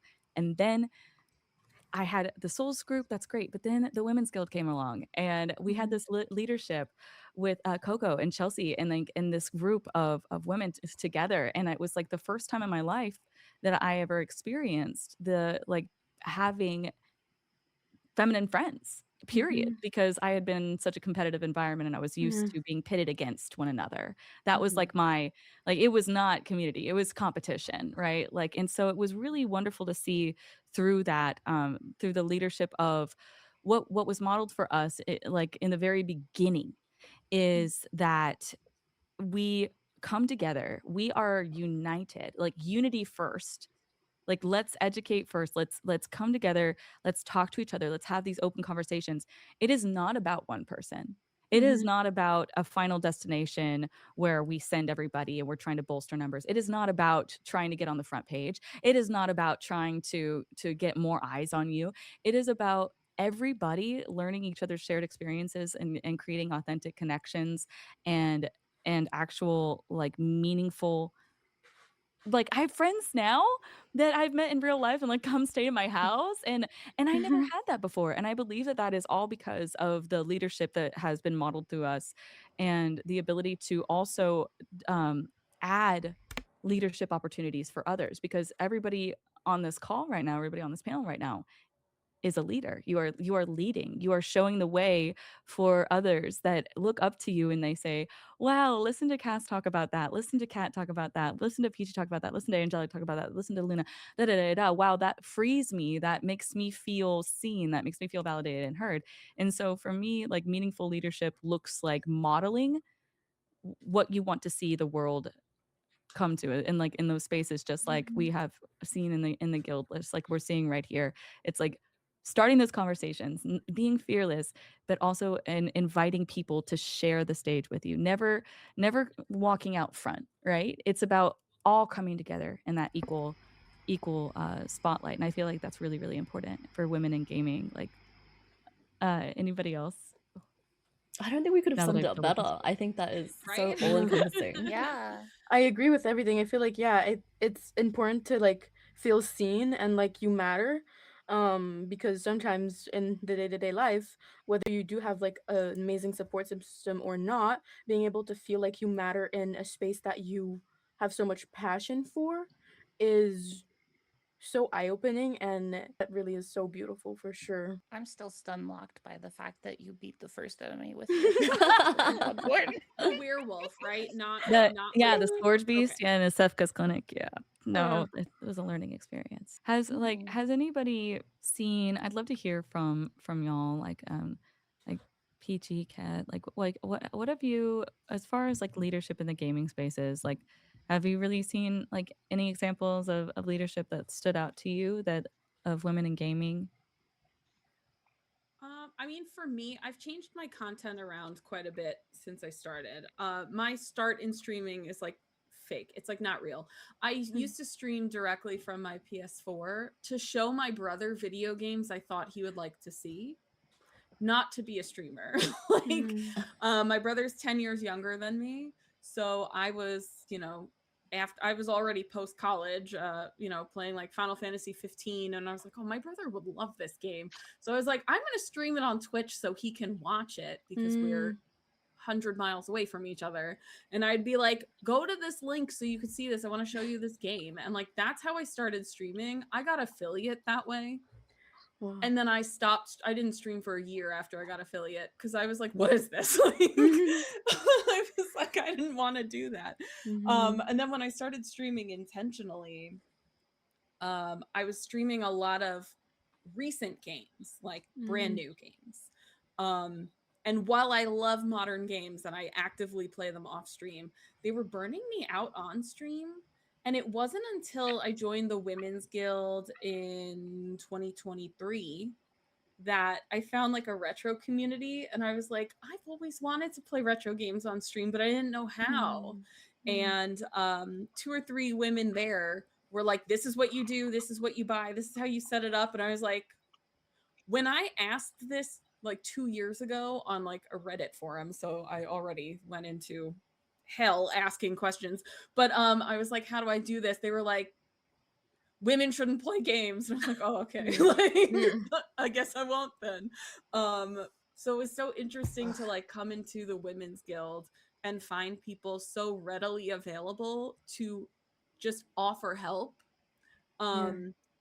I think I even said, I was like, oh, I'd love to stream retro games, but I don't know how. I didn't even ask anyone for help. They were like, this is where you do. Here's the links. Here's this. This is what you buy. And I was like, I've never had helpful people before. What is this? Like the retro community is very polarizing where some people are so awesome, but a lot of them are really just genuinely terrible. So I was like, it's amazing that this is what I was met with. And seeing the content that those people create and how they run their streams and they're streaming retro stuff, that was, it like rewired my brain on like, oh my God, I can play games that don't burn me out. I don't know what it is too. Like, I don't know why modern games, they're so tiring for stream, but I'll actively like play them off stream. overstimulating and like a It lot might of be like that. I like my little pixel babies. yeah. And you saw this. You are in this community, and everyone check out Command TWG if you want to check out more about the Unity Guilds. But you're in this community where you're finding people, right? And then you said like that example for leadership for you was not only being able to see what people were doing and getting inspired by that and say, I want to do this too, but getting the help when you want it, when getting the help that you're getting this help and you're like, whoa, I didn't even have to ask for this, and I'm already being uplifted. And I feel like that's just leadership. That's a beautiful example of women in gaming leadership, the way that you want to see everybody succeed, because when one of us succeeds, we all succeed. When you see a woman winning, you're like, yes, let's go team. I love seeing people reach goals. Yeah. And I'm like, I don't even know, like, there's so many people in the guild. I don't talk to every single person, but I'll see like someone I've never interacted with get like a really cool accomplishment. And I'm like, that's so cool. And I'm like, I'm excited for you. And I'm like, we don't even know each other. I'm just like excited to see women winning. Yes. I actually specifically want to shout you out, Sav. As like, you made us this whole outline. You kind of took on a leadership role for this discussion in a way. And like, sorry not to put you on the spot, but thank you so much. You did so great. Like, truly. This is my first time doing something like this, and I was overwhelmed, and you just like made it so easy. No, you really no, did. Yes, no, you did. no, Yes, no, you did. Listen, don't no, that me. don't listen to her. No, you shall not perceive. No, it's okay. No, everybody has really, y'all have all. Sorry, microphone. Y'all have all done so much. We've like from the layout to the names. We have had everybody's contributed. Something here. Thank you for saying that. That was very nice. But it is really fun to do these things because we do get to all work together. And and uplift each other. I get really excited about that stuff. This is like one of my favorite things to do. I actually just worry about if I'm over enthusiastic because I love no. stuff like this.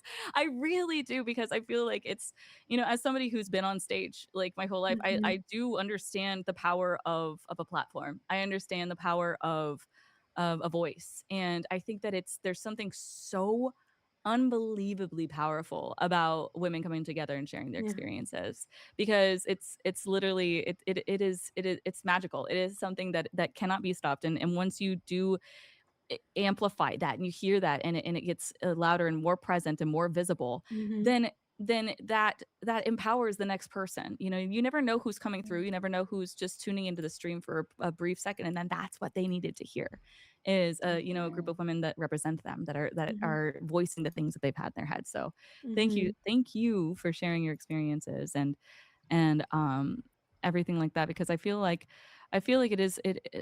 we have so much going for us. I feel like there has been so much progress. I do, like, do you feel Mhm. like, what do you there is still work to do, like, we Yeah. have talked about progress, right? But like, if you could point to one thing that still needs to change, right? Like, and I know that there is a lot, but we have to focus. We have to, right? We have to focus. We have to put on those which words, the X-Men that has the laser eyes, and he's like, Yeah. and he's Cyclops. Cyclops, yes. Okay. Yeah. You know how when he doesn't have his little visor, he just blows everything up. That's just what Yeah. we have to do. We have to put the visor on, because Yeah. we have so much power, and we just have to Mhm. focus it. We have to put the visor on. We got to focus that power. And if you could pinpoint it, to just pick one thing in the industry, that in the gaming, that needs to change, that's whether it's communities or in the industry, whether it's the platforms, like, what would it be? And I would love to hear like an answer from each person. Okay. I have one right away. If I'll go first. Empathy. Understanding Oh, people that are yes. different than you. And like we talked about this when we met up the other day, but like Twitch is such a helpful thing for that. Like, because you can meet people from all different kinds of backgrounds, and you get to know them more as like a person when you're watching a streamer than just like a faceless name in Mhm. a chat. Like, I Yeah. think especially because like the percentage of interactions we have that are face to face versus faceless and online now is gradually shifting farther and farther to anonymous, like people you don't know. It's harder to have empathy, and it's really important to have places that you can go where you can experience that empathy with someone who is not like you. And that's probably my favorite thing about Twitch. It's incredible. Are we at the place where we have more interactions with other humans online than in person yet? Oh, I feel like absolutely. we're think I kind of biased group for that Yeah. question. Well, not us specifically, but like us yes. as in like humans. Yeah. I would think we say might be. I don't twice. know. Yeah. I You have was to just like consider the wondering. age, because like my mom is not hanging Yeah, out. Well, outside of that's true. Facebook, my mom is not hanging out on the internet. But Mm. maybe like people, I'd say 45 and under, I would say it's about even. Especially when you get into the neurodivergent subsect. As a Mm. neurodivergent person, it's easier to find other neurodivergent people. I have a very hard time talking to neurotypical people. Oh my god, yes. Because I have to explain why I say things the way I say it. It's like tiring sometimes. Mm. So I find like for me, it's just easier to find people that maybe think differently in the same way I think differently, where I don't have to explain my speech pattern or why I'm fidgety or this or that. Um, Mhm. so I feel like that's another reason, like another subsect of people that are probably spending more time communicating with others online versus in person. Yeah. Mhm. What about you, Angelic? What do you think? Do you think that like, if there was one thing that we could change? I would have said empathy also, but also just being supportive, especially with women supporting women, because I get very tired of seeing so many women put each other down. Yeah. And Oh, not I in this see it. house. Ow! I'm sorry, I just got hit by one of the pugs.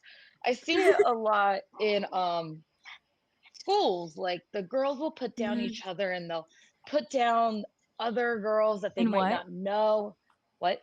In schools? Oh, Yeah, she's a in teacher. schools.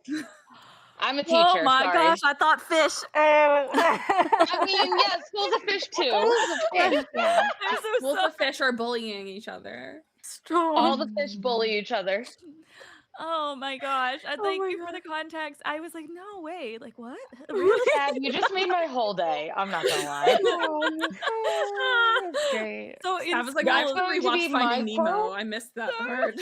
That's gonna be my quote on Blue Right. Sky and stuff. Schools of fish bully each other. Just I so everybody believe knows. it. We were just talking about the ocean earlier. Okay, hear me out. All right. That is Not true. That true. is true. Yeah. No, So, but in but schools, Yeah. girls put down each other all the time. Like Mhm. we're they taught to. are, We are raised yeah. to do Yep. that. Yeah. And like I try so hard to teach like accountability and like empathy, but I also try to really like do that whole uplifting each other, especially girls uplifting girls, because we already have enough going against us. We should be behind each other, not like Yes. fighting each other. Yeah, that's got to stop. There's no place. No place. Oh no, the clip. School What? girls. Oh, Oh my god, that just made my whole day. that was so bad. That is a memory that will take forever. I think that uh, that is so, like you were saying earlier, like this is like history. We're gonna be looking back at this and being like, oh, wait, these conversations, like we're only gonna have once, if that makes sense. And it's, I think that there's an importance in being present in doing things like this, because I know that for me, like time flies, right? And I think it's really beautiful to be able to, hone in on something and take the moment, like time to do so. yeah, no, you're right. Like if you so on that note, Cass, like what do you think? What would you, if you could change one thing, what would you change? I think a lot, actually. I overthink. But I think that some people say to not be yourself. And I think I've talked a lot about that, but identity and being able to not shy away from being who you are. Like that authenticity. Yeah, authenticity, Mhm. exactly. I wouldn't be here without discovering amazing women who weren't afraid of being sensitive, crying, or even just playing games that might not seem for women, if that makes sense. And so I think I would say that, yeah. I love that answer. I'm so proud of that. Yeah, like it is, Mm. it's funny. It's like, sometimes you get so caught up on breaking the norms, right? You're like, Yeah. no, I don't want to be put in that box. But then you're Yeah. like, but I Mm. am a Yeah. little sensitive. just Please don't wanna hurt be my in all the feelings. boxes. Yeah. Mhm. Yeah. You Yeah. know, like I'm We just a just wanna girl, Exactly. okay? be in And one box. exactly.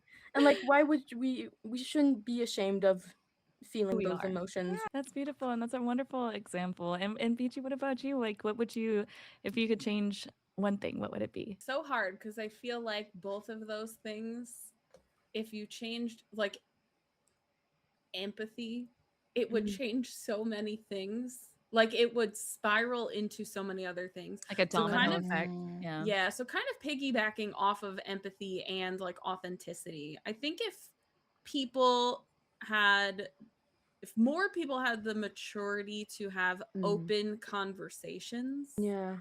Yes. with empathy and authenticity in mind, I feel like so many problems, forget about Twitch, just so many problems in general would be Right. fixed if we could just have like the emotional intelligence for open Mhm. conversation. And that goes into having empathy for people, it's that whole idea, like you don't know what's going on in everyone else's head. Mhm. You don't know the problems that they have to deal with on a day-to-day. So leading conversation with empathy, Yes, leading And with kindness. curiosity. Yeah. and with your authenticity intact. I feel like that would solve so many problems. So many. Unfortunately, Mhm. sometimes it means you have to have hard conversations, Yeah. Always. which is Things that might not a be thing you learn uncomfy. overnight, by the way. That is a thing you have to practice at. Yeah. And then eventually you're like, I got this. Navigating Mhm. those things and Yeah. And what? No, I think that's that's you hit the So nail on the beautiful. head with that. Mhm. And what about you, Kat? If you could change anything, what would it be? I think I definitely echo all of those sentiments, and I think you guys all spoke so well in terms of the emotional side of the transparency. What do I think needs to change at an industry level?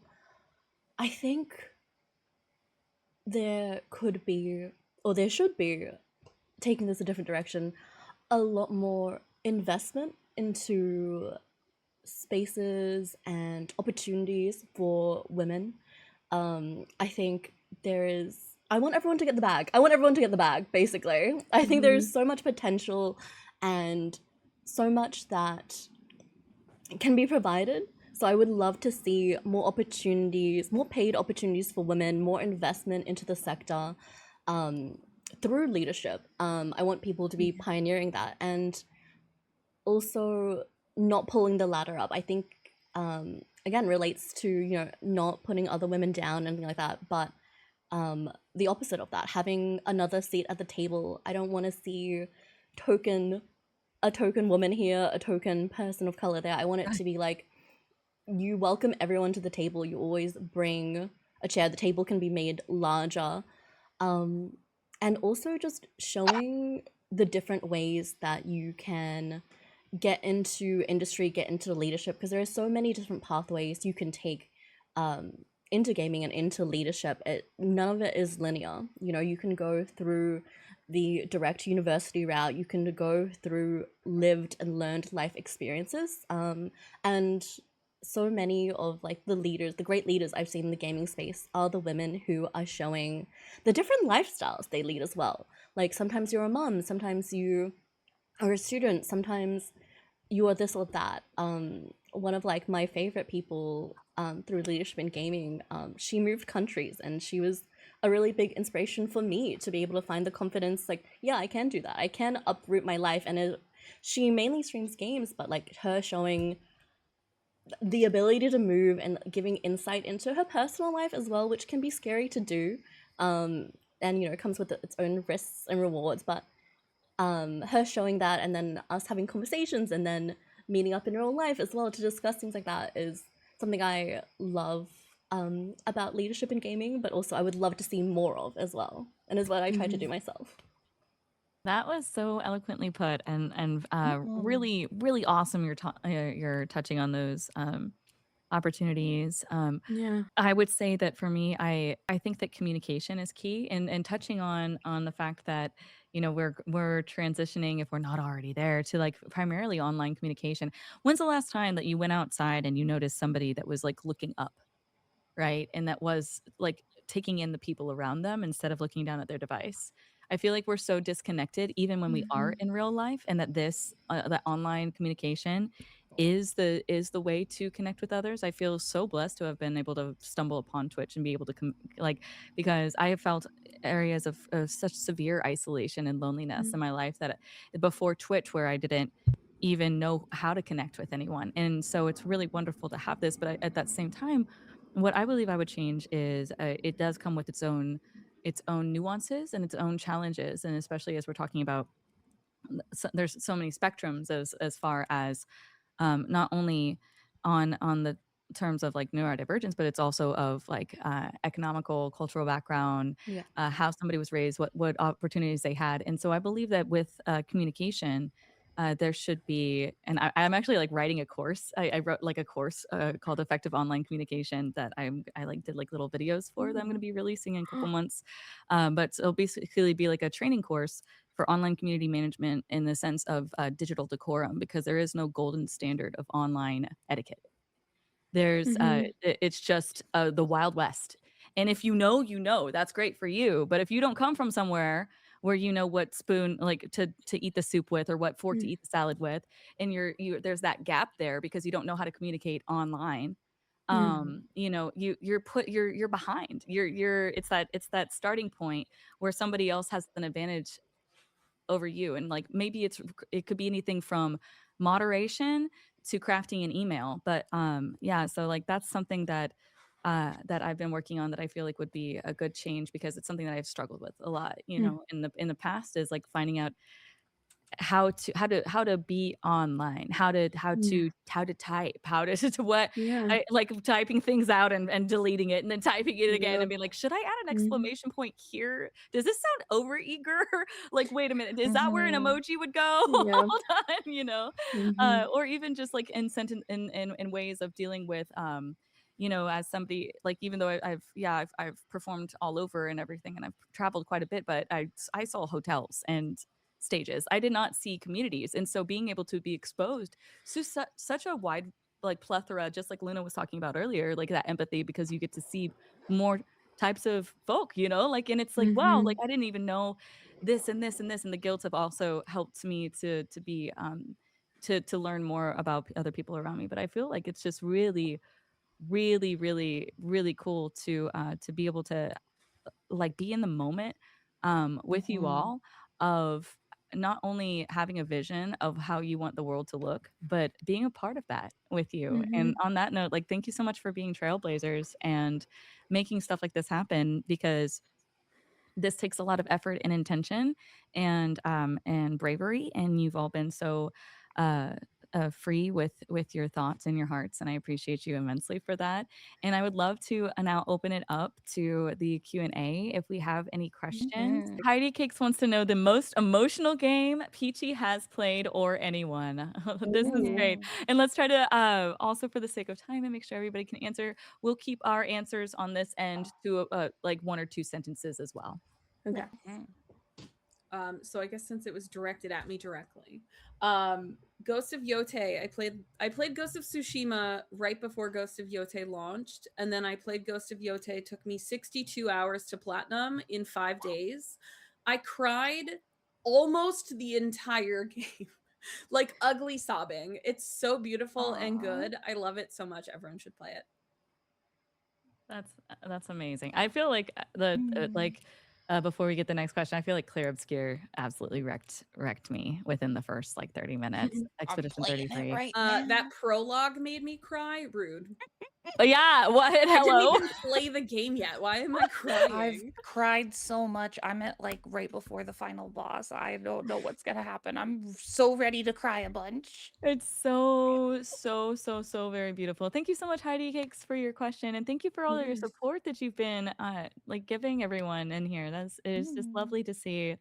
Um, we love to see the spirit. Do we Yeah. have maybe we can have even more than one question posted at a time so that we can make sure we're not Yeah. I don't know about y'all. I have a little bit of a delay on my Mm.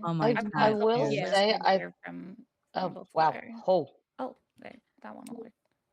I think this is a good question about playing on easier difficulties and how that uh feels as a woman and like the judgment in there if you decide to do that or need to do that or want to do that. Like the Oh, whole okay. conversation around Yeah. difficulty level in gaming is such a Yeah. Is nightmare to navigate. okay, I just want to clarify with is it Lily's? Is that Mm-hmm. is That's the the person that question posted the says like question. my question Mhm. is do you ever feel pressured when wanting to play games on and is this pressure not to play them on an easier mode or pressure to play them on an easier mode? I want to just like clarify Mm. between those two. Oh, no, I'm Um, thinking it because the Like, sentence after is that as a Clair Obscure enjoyer, it feels like my achievements are less valid when completed on easier difficulties. mhm. Yeah. Oh, So play the game. Play yeah, it how just you yeah. play the want. game. Fun. Yeah. Like the So 100%. I'm not yeah. gonna lie. Sometimes easy isn't even easy. Clair Yeah. Obscure, I played on easy, by the way. It wasn't easy. Oh, Thank you another for the shared train. high train. Oh, Um, Oh, yay! Hype I'll train. say, in terms of playing on easier levels, I'm disabled. So a lot of times I have nerve damage in both of my hands. So a lot of times I physically cannot play a game on normal. It hurts my hands. It's Mhm. also why I have to use alternate controllers for a lot of things. I don't play on mouse and keyboard because it hurts me. So like I use a PS5 controller for everything I possibly can because that's the one that hurts the least. Um, Play however the hell you want to play a game. I Mhm. For me personally, I just enjoy people are out there having fun with games. I Yeah. literally do not care. I've had people come into my chat and go, I played this, or like, it's always when I'm having a hard time with the boss. Someone will come in and go, I beat this on expert difficulty in 10 seconds. Oh my gosh, the that is Souls community. Well, it's That not is really the valid worst. unless you're doing it melee with That's with what I'm like. Well, my with a dead sword grandma played only this and from her blindfolded grave. and your Shut thumb up. behind your back. Yeah. And you're like, Oh, Yeah. you used summons in Elden Oh, Ring? no. You didn't really beat the game then. Yeah, so What at that the- point, Sorry. I kind of feel like I hope your mom put a little, your certificate or like your PlayStation, platinum trophy is pinned to the fridge in your mom's kitchen because I don't care. Yeah, Like, remember, I would say whatever you just to answer that, just to wrap that one up. I just think that, at the end of the day, nobody's gonna be happy with what you do. Like Yeah. not everybody's gonna be happy with what you do. Really, nobody there's not is. it's so you do what makes you happy, you do what you like, you play the game Yes. the way that you're gonna enjoy it the most. If you're a masochist, if you like the hardest difficulty, do the hardest difficulty. If you want to play on easy mode, play on easy mode. At the end of the day, especially whenever it comes to streaming, which might, like, maybe you're gaming and maybe you're streaming, but especially when it comes to streaming, people want to see you enjoy yourself, and that should include, you deserve to enjoy yourself. Don't worry about what anybody else thinks. What is Definitely. I have a question. Thank you so much for your Lilies for your question though. I have a question, is who was y'all's biggest inspiration? Who's someone that spoke to your soul and you felt inspired to start doing gaming or other? Wow, thank you so much for the hype train. I would give this one, let's give this one to Kat. Kat, you were talking about having inspiration before. Who is your biggest inspiration? Somebody that spoke to your soul and you felt inspired to start doing cool things? Oh, that's such a difficult question. There's so many like wonderful people across Twitch and across like other socials as well. I think it's probably like I call her my Twitch Yoda. She's the first ever streamer I watched and community I got involved in, and yeah, she's just so welcoming, so kind, so helpful with any questions as well. So yeah, I'm gonna say it's my Twitch Yoda. I love that. Yeah, I feel like everybody here is super inspiring to me. I've met so many people in the guild that like opening up and hearing the stories. Like I'm gonna like Cass said earlier, like I'm gonna take this with me like for forever. It's like something that you get to. It's so deeply moving to have a shared experience with somebody that was just a stranger like 48 hours ago, Yeah. and to be able to share that with such genuine heart. Thank you so much for the biddies. Oh my goch, guys, thank you. La, la, la, la, la. I'm trying to also like catch up on these questions, but thank you so much for that. That's like, as far as inspiring, like, and chat, y'all are inspiring to us too. Yeah. You share your stories, you share your lives.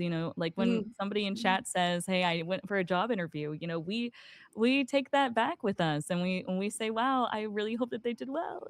So thank you for I feel like it's all the human experience, right? Yeah, online too. It's again like most people think that you'll build connection with in real life, and yes, you can. Obviously, that's like the first thing that I was showed. Making friends in real life, but there's also such beauty in being able to do it with people that are so far away from you, but yet feel so close, and that's like so amazing. So yeah. I love that. I love that so much. Sorry, Lily said that it was pressure to play on easier modes because we've been doing the chromatic lamp master fight. It's kicking my butt. You honestly, like, hey, you can do something over and over and over, and if you're enjoying it, listen. Ask them how long it took me to get Radon because of the way that I wanted to do it. Yeah.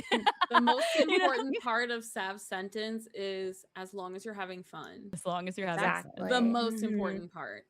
1000%. And then A Cakes asked, how has your experience on Twitch changed when you were on the Women's Guild? I'd love to hear from who is the newest guildie here. I just joined within the last year. I don't know. Yeah. Okay. I joined in the last year also. We're all new. Awesome. I would love to. I'll just say we're all new. Affiliates. Let's do this because this is important. This is a TWG event. I'd love to hear like a sentence from everyone. So starting with Luna. Luna, how is your experience on Twitch changed from the Twith Carrie's yeah. How has your experience on Twith changed since joining the Women's Guild?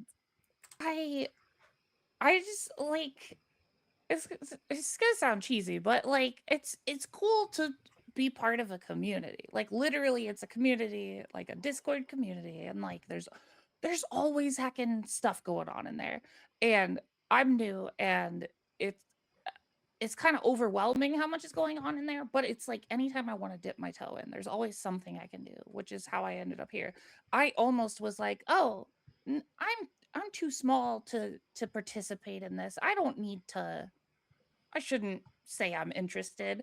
And then that little voice in my head was like, well, why do you feel that way? And I just decided to just put my name out there. And I'm like, why do I second guess this? I'm already in the guild. Like Yes, you that's what it's belong. there Take for. up It's space. just yeah, it's just so nice to be able to meet Mhm. other people. And like I haven't done that yet because I've been overwhelmed. This is like my first women's guild event thing I've done. We're So so I'm happy just you like did it. We're so heckin' happy. And excited. cheers in the Yeah. chat for Luna like doing this Yes. first like Thank collab you. within the women's guild. What Yeah. about you, Angelic? What is like? So how did your Twitch journey change once you joined the guild? Kind of a little bit with what Luna said, just being able to collab more and like, because when I first joined, I actually did the 1DF Twitch Women's Guild Raid Train event right away. And just being able to do that and meet all the other creators and like meet some of my favorite streamers now was really nice. But I also always have that same fear in my head of like, oh, I'm too small. I shouldn't do this. And that actually almost stopped me from putting in interest for this event. Um, but another thing is like I've met some of the coolest people in the guild just to be able to like connect with them and talk to them, and like Holly Dolly is one of them. I absolutely adore her. Love Holly. And like Peachy, I'm getting to slowly know through other things, and just being able to see everybody like streaming and like everyone's communities have just been so nice, and like Welcoming. everyone's communities are always so welcoming also. It's just so I just like being able to support, and I I love like seeing the having that chats get support. along. You know, it's so great. You're doing great. You're doing great, chat. And yeah, like AK says, no one is ever too small. There's no such thing as too small. And Peachy, what about you? How has life So changed on the Twitch? right before the Twitch Women's Guild, right before the guilds launched, and they mentioned them at TwitchCon that year. I think it was TwitchCon Vegas, right? Mhm. I was actually making plans to quit streaming. And I was like, oh, this sounds so cool. Because the one thing I was missing, I had my own community, my own regulars, but the thing I was missing was a community of streamers. Because I play single player games, I didn't have anyone to be like, hey, is this weird? Because I didn't have other streamers to talk to. So I was like, you know what? I'll apply for the guild. I won't get in because I'm a baby streamer and no one cares. And then I got in and I was like, that's a sign that I'm meant to be here. There's still something I got to do. So I started talking. Thankfully, I joined when there weren't that many people, so it wasn't as overwhelming as it is now. But I got to get to know people. I completely shifted my content, which I talked about earlier. But like having a community of people who get the behind the scenes crap, like people only see you for a couple of hours in front of the screen. We're putting so many more hours on the back end that no one sees. And like having a community of women who understand where I'm coming from, who see it, I'm like, okay, I'm like running myself into the ground, and like no one is seeing that because they're just seeing the end result, the production. You know, they're seeing the play, they're not seeing all of the rehearsals in the background. So having that completely, and being able to bounce ideas off of people, completely like rewired my brain. The community just like, oh, I'm so glad that you didn't stop streaming because I was boy, literally we like want you here. from quitting, and I ended up getting in, and I rebranded like 2 days before I got into the guild. Wow. Oh, I love that. That's amazing. So I love everybody's stories are so different. What about you? What about you, Kat? I think what feels most different being in the guild and being not Although like it's like I guess uncouth or unproud to say, I feel like it does feel validating. Like you should get your I'm all about, get your validation from within, everything like that. But it does feel validating to be part of a group, and it helps you feel like there's always that level of backing and acceptance from a strong base of women behind you. Like, yeah, I feel like when you're doing things as a creator, as a gamer, whatever you want to call yourself, I think it's a little hard to explain to other people. And I guess just with any job, like you're questioning yourself. You're like, what am I doing? Is this valid? Is this something I really want to take to a career, or where to go? And having, I guess it's like a union. The Twitch Women's Guild is kind of like a union if I had to parallel it to like the outside world. It feels nice to know that you have a group that is advocating for you at all times, and you can come to them whenever you need anything. And yeah, it's just validating, and it's nice. Sometimes it's just nice to be validated. I feel like, wait, what was the question again? Oh, like any game that you didn't think you'd like but you ended up Oh. liking? So I'm really like picky about the games that I play because I want to make sure I enjoy them. Because again, gaming for me is a source of like, I don't want to, experience bad things, which obviously you can't control, like we've talked about so much. Any game that I do start playing and that I dive into and feel like I'm wanting to play always surprises me, because I am, again, a picky person in that way. So, yeah.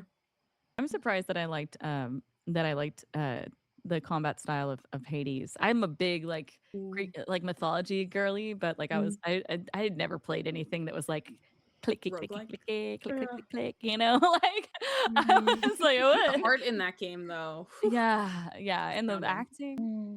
I love Hades. I'm not a so roguelike much. person, but I will Good. watch Hades. I just won't play it myself. I was like fun. I had fun. I was very surprised. I was like, So oh, you'd this is suggest that like to someone who like maybe hasn't played those types of games? Would you Yeah. say, yeah, okay. Yeah, I think and that's it an like easy rewards you introductory dying, game. which is different than I'm Oh, used to. Like it, like if you great. die, it gives me Very yeah, The accessible. point is game dying a bunch of setting. times. yeah, it's good. Great. And then Living you can different level lives. I up. like that. Let's have the panelists have a quick takeaway. Let's before we wrap, let's go down the line. After we answer this last question, and so if you could, I don't mean to like what is it, put you on the spot. Well, let's go down the line and maybe share one takeaway of something that you would want people to remember from this conversation. So we'll be thinking about that one. Len thinks that Brahmo meant, but also assumption or focus of audience in the group. Okay, yeah.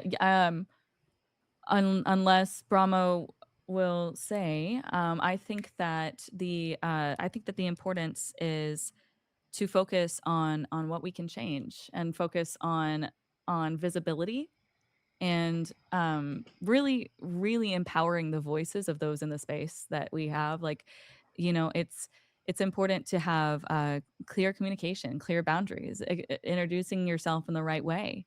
I think that it's really important to um, stand up for yourself and communicate what you do. And like my name is Savannah Lowe. I know people know me from Twitch if they call me Sav. People don't call me Sav in real life, right? Like that's how I know. And but if you called me Salami Sandwich, or I'd probably be like, hold up, actually, that's not my name. They call me, they call me. They basically, I like what I'm trying to say is if like be the change, do the things that you want to see in the environment that you're going to be in, because whether you're in gaming, whether you're in computer science, whether you're in sports, whether you're in medicine, if you are in a male dominated field, things are going to default to that. That is the reality. So if you're asking our thoughts on that, I would say change the way that you approach things and bring that presence with you by using clear and effective communication. And if somebody refers to you as dude, correct them. Just there is nothing wrong with correcting somebody if they call you something that you want to be called. Don't call Yeah. me salami sandwich. That's I not will that's not say, who I go by. I don't go because by that. I do y'all. Mine is a y'all. I'm Texan. I'm Texan. I'm gonna everybody's y'all. Y'all, I love y'all. y'all, I y'all live in Georgia now, and I have adopted y'all. Just because it's really cute.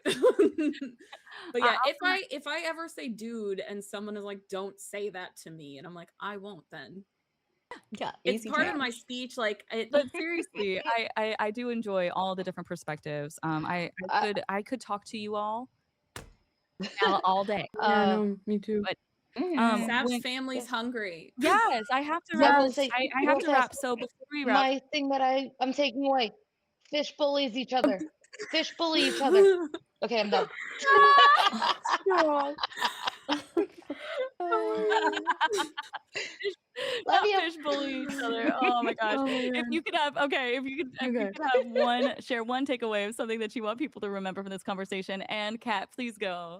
Oh, one takeaway I think it is that there are women and people of different many shapes, lifestyles, capabilities, and if you're not seeing something, you're not seeing yourself represented somewhere, you can create and cultivate that space for yourself, or you can help Yeah. cultivate that in a space where you feel comfortable. Be the change. Like, you can't be what you can't see. So if you can't see it, then go ahead and be. Clip it. Clip it. I love it. Clip it and ship it. And it. Kat, Yeah. what about you? What is it? If you could have one takeaway. Oh boy. I think it's important to be able to sit down with a group of people, say what you prefer, have conversation, listen to other people talking about what they love to do and what games they love to do. I might not always have that preference for me, but there is such importance in being open-minded, and I always say never forget to bloom with kindness and flourish with mindfulness, because that is something that's helped me being able to connect with others and understand others and not shy away from it. So I'd say, yeah, that. Beautiful takeaways to connect, to keep an open mind so you can make those genuine connections and Yes. try things that you might not have and find your voice that way. That's beautiful. Thank you, Cass. What about you, Peachy? I think I'm gonna piggyback a little bit off of Kat. In terms of when you don't see yourself represented, opportunities do not land in our laps. If you see something that seems cool, but for some reason you're not invited to the party, do it your damn self.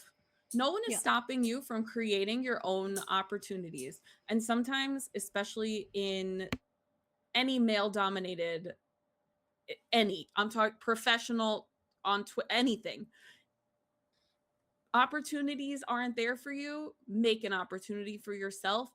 Invite other marginalized people to those things. That's how we uplift each other. We make our own events, our own opportunities, and then we invite our friends and lift them up too. So I Build feel the table. that's been my big goal for this. I try to set a goal for something that I'm like, I need to be better at this. So that was my goal for this year, was to create opportunities and That's start. So I amazing. actually started. I have a raid train that I completely did by myself starting next Let's weekend. go. For women in the retro space. So And so, as these amazing creators are sharing their takeaways, let's get some shout outs in the chat so we can make sure that everybody is following. And also, it was pointed out that if you click on the shared chat at the top of the chat where it says shared chat and it's pinned, you can also click on follow all as well. But it is important. Let's get those shout outs in the chat so people can see the links and everything as well, because these are amazing creators. They have a lot going on, so much that we could literally go all day with these incredible creators. And speaking of no bullying fish, Yeah. Angelic, what's a one takeaway? What's one takeaway? That's not my That it for me, it was really a lot of that fact that it's okay to set those boundaries with your community and with your chat, but also, bullying fish, no. um, but also just being allowed to ban people that like encroach on your peace Mm-hmm. in That's a an way. excellent one. That is an excellent one. Thank you so much for sharing that. Boundaries are so important. And Luna, what would your takeaway be? My takeaway is women are powerful. And the world is trying to tell us that we're not and hold us back, Mhm. and they can't actually do it. They They can't. can't. We will do what we want to accomplish. Don't let it affect your mind. Like don't let it mentally push you Mhm. down. They're trying Yeah. to, but like you're in control of yourself. You got You are this. in control of what It's you your do or space, don't yeah. do, or like try to accomplish or go for. Yes. I It's love that beautiful. so Oh, much. the worst that's gonna happen if you try something and fail is you get to try another thing. And then you Try, learn. try, It's try, okay. try You again. learn Always from it, something new yeah. Sometimes you involved. try Every something and it's not your vibe, but if you don't try it, you don't know it's not You your won't vibe. know, yeah, exactly. exactly. Oh, Every failure is a learning You experience. can't, you yeah. don't learn from your successes. You don't mm-mm. learn from the things that you got right, Mhm. right? So we love to see the trying, that we love to see the taking opportunities. Mods, if we can somebody check the channels or anybody and see where we can send our wonderful communities after we wrap up here. Yes. I know that we're taking over the channels today, so there should be one that's up next. I think that my Mhm. personal takeaway, my biggest takeaway, is that this culture of gaming isn't something that is just that's just exists. It's something that we are actively shaping, all of us, every single day, communities and gamers and streamers, and I think it's in the spaces that we create. It is in the way that we treat people, and it is the standards that we choose to uphold for Mhm. ourselves and for others. And even the small choices that we make can make those spaces feel safer and more inclusive, more welcoming, more human. Yeah. And it's up to us. We do have that power. Thank you so much, everyone, for being a part of this. Thank you so much for being a part of the conversation, for sharing your experience so openly. Cat in Wonderland and Cast Champ, XOPG, Angelic Try Short, Luna's List, Savannah Lowe here, and thank you to the Twitch Women's Guild again for coordinating this. Our community specialists, Watch Holly, Uigui, for all the hard Yes. work. I know that we had extra mods. Thank you, all the chatters. Thank you to every single person who joined us, who shared, who listened, who engaged. These conversations are so important. They matter. You matter. You make this possible. So thank you. Thank you so much for making this come to life. You're Thank you lovely so and much for being part of the amazing. conversation, friends. And thank you so much, everyone. Have a fantastic rest of your day. Bye. Bye.